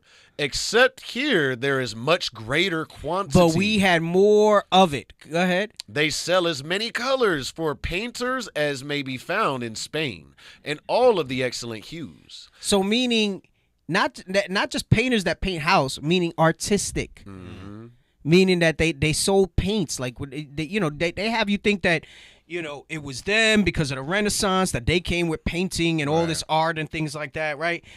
Excuse me. You go to a lot of these museums and you have like, the Mona Lisa and Leonardo da Vinci's works and all this other stuff. Right. Michelangelo and everybody else. It says that they had so many colors. They had a market for it, for all the different artistic people amongst us. Come on. They sell deerskins with and without the hair, and some are dyed white or in various colors. They sell much earthenware. Earthenware. Remember how it said in the Akas's casket that there's a lot of evidence of earthenware of the type of people that we are. Come on. Which for the most part is very good. There are both large and small pitchers, jugs, pots, tiles, and many other sorts of vessel, all of good clay, and most of them glazed and painted. That don't sound like the savages that they portrayed us to be. Come on. Right. They sell maize. Isn't that what they make? Maize. Maize? That's corn. Okay. Maize. Come on. They sell maize, both as grain and as bread, and it is better both in appearance. Cornbread. Cornbread. No, arepas. That means arepas too. Come on. In appearance and in taste than any found in the islands or on the mainland. They said it's better in appearance and in taste than any found on the islands or the mainland. Hey, and that's heavy because he's talking about Central America here with the Aztecs, but compared to like the islands, like Ephraim, Manasseh, Simeon, like most South Americans are known for some sort of like arepa or things like that, like that they make with the corn. So that's like a historical food for them. Right. So they're like good at it. They're like real good at it. Right. Issachar to this day, they always with the corn masa and stuff like that. Nice. So they do it in tortillas. You go further south into South America, and they do it savory. They do it sweet. There's different types of corn that they have for it and all that. I'm getting hungry now thinking about it, boy. I go for some arepas now. See, in New York, you get that like anywhere. Like you just go to Queens. And you'll get any type of arepa from like South America or whatever over there, So like Queens, you get South American food, you get your Issachar food, you get whatever. Anyway. But go ahead. So they sell maize, both as green. Go ahead. They sell chicken and fish pies. Pupusas, that's the other one. Yeah, pupusas too. Pupusas be banging. Things are good. And much fresh and salted fish, as well as raw and cooked fish. They sell hen and See, goose they had eggs. sushi. They tell you the Japanese that came up with it. Go ahead. They sell hen and goose eggs and eggs and all of the other birds I have mentioned in great number, and they sell tortillas made from eggs. Go ahead, continue on. At last, Cortez surrendered the task of trying to describe it all. He said it's too much. He said I can't even continue writing about all this. Come on. Besides those things which I have already mentioned, they sell in the market. Everything else is to be found in this land. But they are so many and so varied that because of their great number and because I cannot remember many of them, nor do I know what they are called, I shall not mention them. Added Bernal Diaz, but why do I waste so many words in recounting what they sell in great market? Right, because his eyes were full of lust and greed for wealth, covetousness. That's why. Come on. For I shall never finish if I tell it in detail. Some of the soldiers among us who had been in many parts of the world, in Constantinople, and all over Italy, and in Rome, said that so large a marketplace, and so full of people, and so well regulated and arranged, they had never beheld before. Right, and these are people who are supposedly, right, taught these are the most sophisticated. They were the enlightened of the world. This is what they say about Europe. Well-traveled. Right. Constantinople was supposed to be like a huge, glorious city. Right. And said that these guys, nothing compared to what they saw when they got here. What's up, Soldier? Hey, and I was going to say, that reminds me of how we're trying to get back to that with like the Black Wall Street. Yep. Trying to get that stuff up. Yeah. I know, but some people ain't in the right spirit with that, though. So. And I was going to that's not the greatest example, but the spirit is there today. Right. You know what I'm saying. Everybody wants to sell T-shirts. Yeah. Remember, they said this was a diversified, varied market. Everybody wants to sell T-shirts and hoodies. Right. If we could get in the right spirit, you see that if we in the right spirit, we can do great things. So Black Wall Street, get it together. Right. And this? And this? And this was only the market. Bro, just the last 2 pages we read was just the market.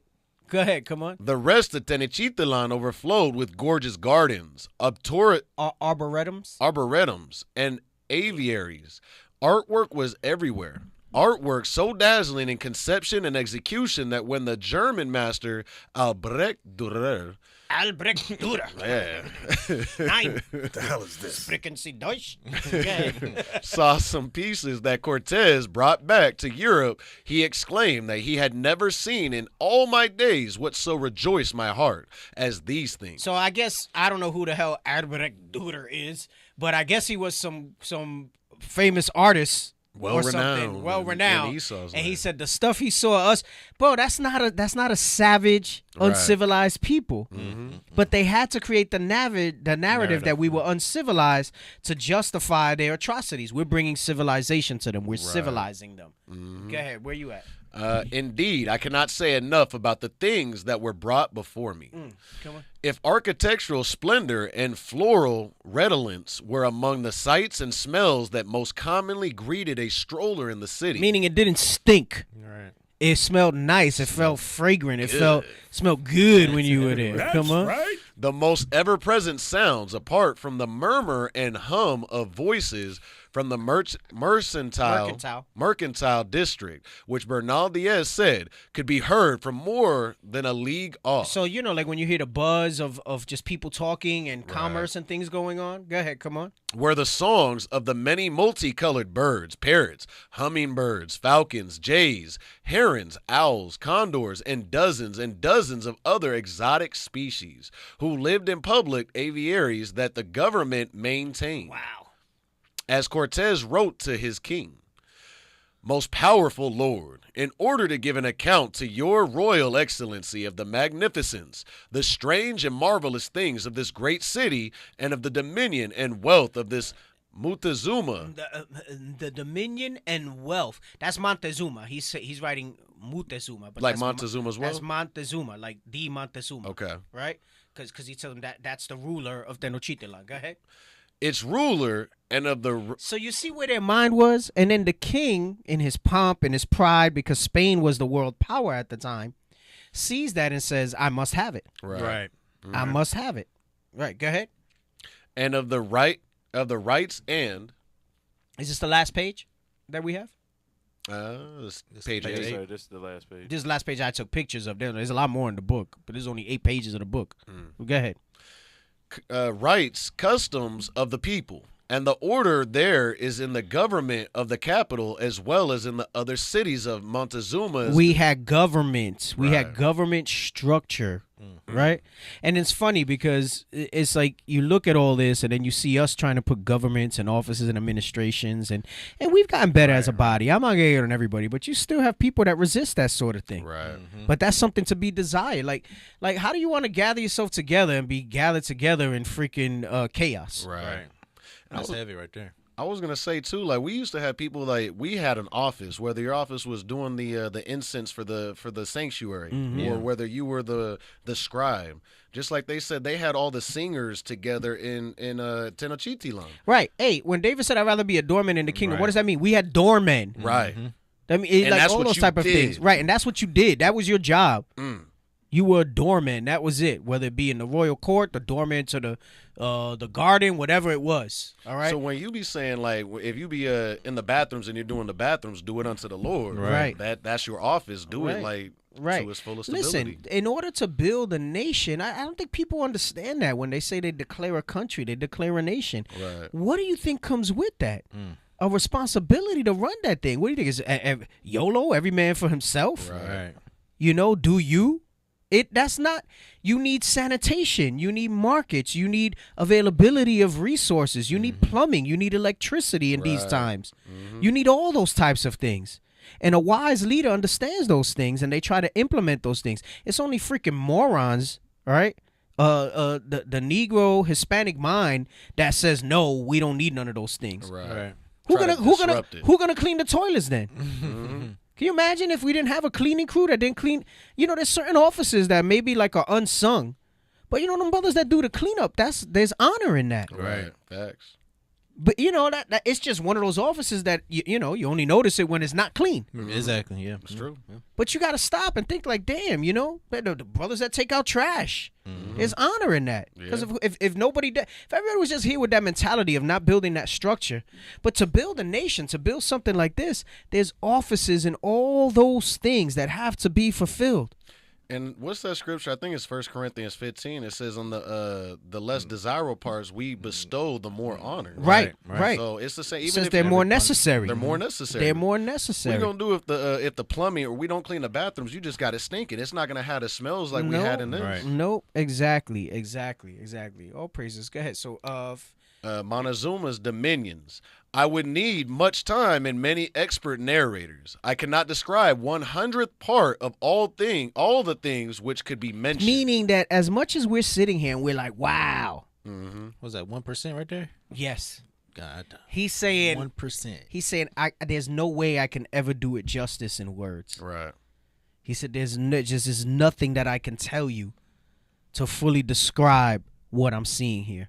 So everything that you've been teaching right here, just this, all the videos, the pictures, is 1%. It's. I would tell you no, even more. Not just 1%. Even the videos and the imagery, that's not accurate. Right. It's better than that. I was gonna say, if he's talking about this city like that, imagine the kingdom of heaven on earth. Right. This is eyes haven't even seen nor ears heard. Hey, and don't just make it think that this is some outlier. In the video that we saw, he said Tenochtitlan was just one of many cities in this side of the world that were like that. And that's what you read when we read that excerpt from that we've been kind of recapping each show with, where he says this was a rugged land, but this was an industrious and light and scientific people that there's so much evidence that they had basically. It says we were numerous. Right. How do you get numerous? You don't get numerous by not having offices like this, by not having things in order and structure fulfilled and set up. Right. That's how important that type of stuff is. And it's not just us coming together. See, that's the biggest difference between you know, let's say you wanted to put I'm just saying this to put it out there. Let's say you put ideology aside. You don't see nation building in the Christian church. You see people that get together on Sunday so that they can say, praise Jesus, read a few scriptures. Everybody goes out to do their own thing. Right. You don't see that type of unity. You don't see that type of structure. You don't see the type of programs and the things that we're putting in place. It's not just, oh, yeah, well, we have men's retreats and we have this and we have that. Yeah. You're still not missing. You're not teaching people how to build a nation. No. You're doing that within the construct of depending on the system. Right. You know, we got the programs in different schools where we teach the young boys certain types of skills. I was thinking about that driving over here. I said, damn. I could learn some of those skills. Some of those things I don't know how to change the oil in my car and stuff like that. You know what I'm saying? I mean, I know how to change a tire and stuff like that. You know, basic stuff. But I could change some spark plugs maybe depending on the car. But I mean, you know, I could do some things around the house. You know, like certain things, but I'm not gonna get all crazy, you know. Right. I know I was all proud. I wired my own fan. took me a little while, you know. I had to read it and like, you know, I get nervous dealing with electric, but you accomplished that thing. I did. Took me a little while because you know I'm like making sure did I do it right, you know, did I get it right. That's why usually if it's complex, I just more a time thing than that I can't handle it type of thing, you know. But I mean, we have to be able to maintain those skills. You know, don't let's not teach each other to just maintain the status quo, but let's do better. Evolve, and you see that because you see that in our history in the Bible, and then you're seeing that historically on what they saw here. Right. He was so impressed. He said, "This is the garden of the world." Facts. He's like, this is basically the cap. That was his way of saying this place is better than Spain. Sorry, King. Can I stay here? I don't want to go back. Sorry, King. Right. You know what I'm saying? Come on. Let me see. I cannot describe 100th part of all the things which could be mentioned, but as best I can, I will describe some of those things I have seen which, although badly described... He's saying, look, man, I ain't got the words. Come on. Will I well know, be so remarkable as not to be believed. He said, you're going to think I'm full of crap. Go ahead. For we who saw them with our own eyes could not grasp them with our understanding. But you know, I don't know if I've ever experienced something like that where something that I see with my eyes is incomprehensible to me. Right. I can't imagine. You know, I mean, I've seen some beautiful things, but I've never seen something that's been incomprehensible to me. Right. That you just look at it and you're like, what the hell am I looking at? How? You know what's heavy though? They're wired different. Yeah. Their mind can't comprehend what we put together. No. Yep. That lets you know who's enlightened. Yep.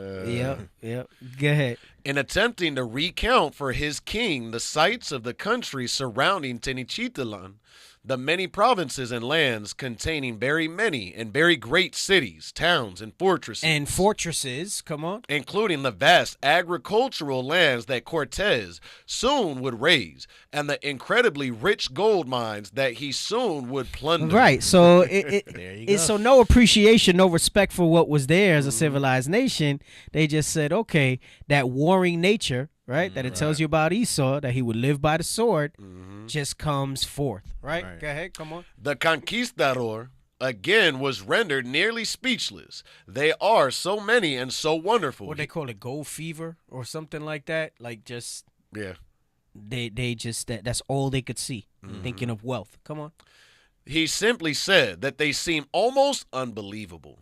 Prior to Cortez' entry into this part of the world, no one who lived in Europe, Asia, Africa, or anywhere else beyond the Indies and the North and South American continents had ever heard of this exotic place of such dazzling magnificence. Except the Israelites. All right. That's what we established when we did our very first show a few weeks back in this, right? Come on. Who were these people? Who were these people? The Israelites. Come on. Where had they come from? Israel. When had they come? 533 BC. How did they get where they were? The Most High held still the flood so that we can pass over in ships. Were there others like them elsewhere? Yes, in Israel, the rest of the tribes that stayed back, primarily Southern Kingdom and some Northern Kingdom. Come on. And this recently stumbled upon New World? Yes, the other tribes. Ephraim was over in Puerto Rico, Manasseh in what's now called Cuba, Simeon in DR. You had the Incas in Asher and Naphtali to the south. Yes, you had Zebulon as well. Come on, the Maya. Go ahead. These questions sprang to mind immediately, and many of puzzlements of the conquistadors are with us still today, more than 4.5 centuries later. But while scholarly debates on these questions continue, like what we kind of read with the stones, right? Come on. Clear answers regarding some of them at least are finally coming into view. And these answers are essential to an understanding of the magnitude of the Holocaust that was visited upon the Western Hemisphere. And we're eventually going to move a little more into that. I'm not going to deep dive too much into the book, but I'll talk a little bit about how we went off and how you saw curses fulfilled by the ministers of the Most High, which were the conquistadors, to do that on this side of the earth. All right. And it was a vast Holocaust, because he lays this out in the book, because you can't, it's easy to marginalize the atrocities that they committed when you kind of backhandedly say they were a savage whatever people. Wasn't that many of them. They try to blame a lot of it just on the sickness, right? So they try to justify it, but it becomes more of a tragedy and a true Holocaust when you realize how magnificent it was over here, and what they did in taking that down. Right? So go ahead. The Western Hemisphere. Beginning at Hispaniola. Right, because that's where Columbus had landed, right? Come on. Spreading to Tenochtitlan, and then radiating out over millions of square miles in every direction in the wake of 1492. Right, and that's primarily where our history begins in this side of the earth. So when you read little excerpts like this and things that we'll uncover in different books, and this is why things like the stones of Padre Nazario are so profound, that they can't give them the credence that they deserve, because then it really kind of changes the whole thing. And then just think about it. Like, not only are you saying who the real Jews are, who the Israelites are, if they embrace that, but then if you believe in a God, then you got to say, damn, we did this to God's people. Right. What the hell is going to happen to us? God's not going to let that fly. God's not going to let, and we know that based on what the scripture says. Right. So, we'll touch a little bit about certain things. He tells you some other stuff here. We're not going to read the rest of this page. Like I said, I'll skim through the rest of that book. Lord's will, what we'll go into next week is getting into the Aztecs a little bit. Again, just solidifying the connection. So we went through, the history of navigating, right, the mariners that we are, right, and how we came here during the time of Solomon, how we came here during the time of Cyrus, and then we also spoke about what we established here as an empire. When we go into the Aztecs, we'll talk about how the oral history that they gave to some of the conquistadors and the Spaniards that came here reflects the oral history of the scriptures. And that's what we'll be talking about next week. And then if we have time, we might jump back a little bit, because, again, I still haven't dealt with the Olmecs, and we'll see what else comes out in that regard. But Lord's will continue to bring that type of stuff out until we move on to another topic. So we'll see. All right. So I pray that y'all been getting edified, and I think this has been a pretty popular series. People have been tuning in. They kind of like this stuff. So this is good. All praise to the Most High. I still have stuff I got to jump back to, like us being raised up as men and all that stuff like that. Definitely got to go back into that a little bit. I'm excited. Yep. So lots of material still to go over and cover on the show. But Lord's will.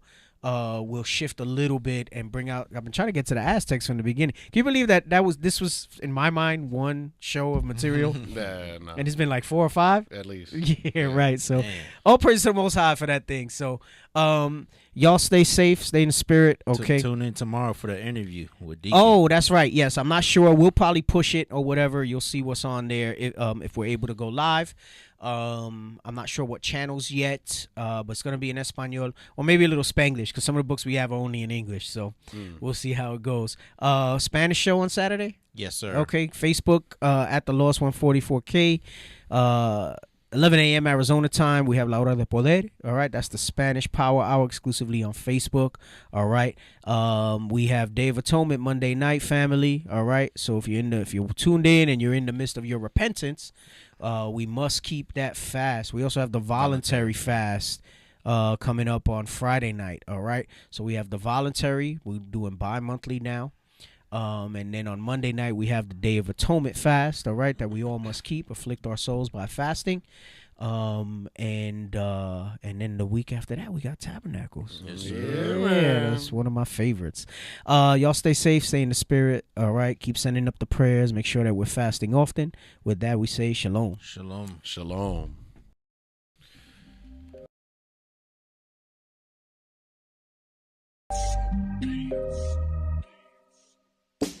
This for the Southern Kingdom, Kwam Yasharallah. Hey, one nation, one nation. This for the Northern Kingdom, Viva la Raza.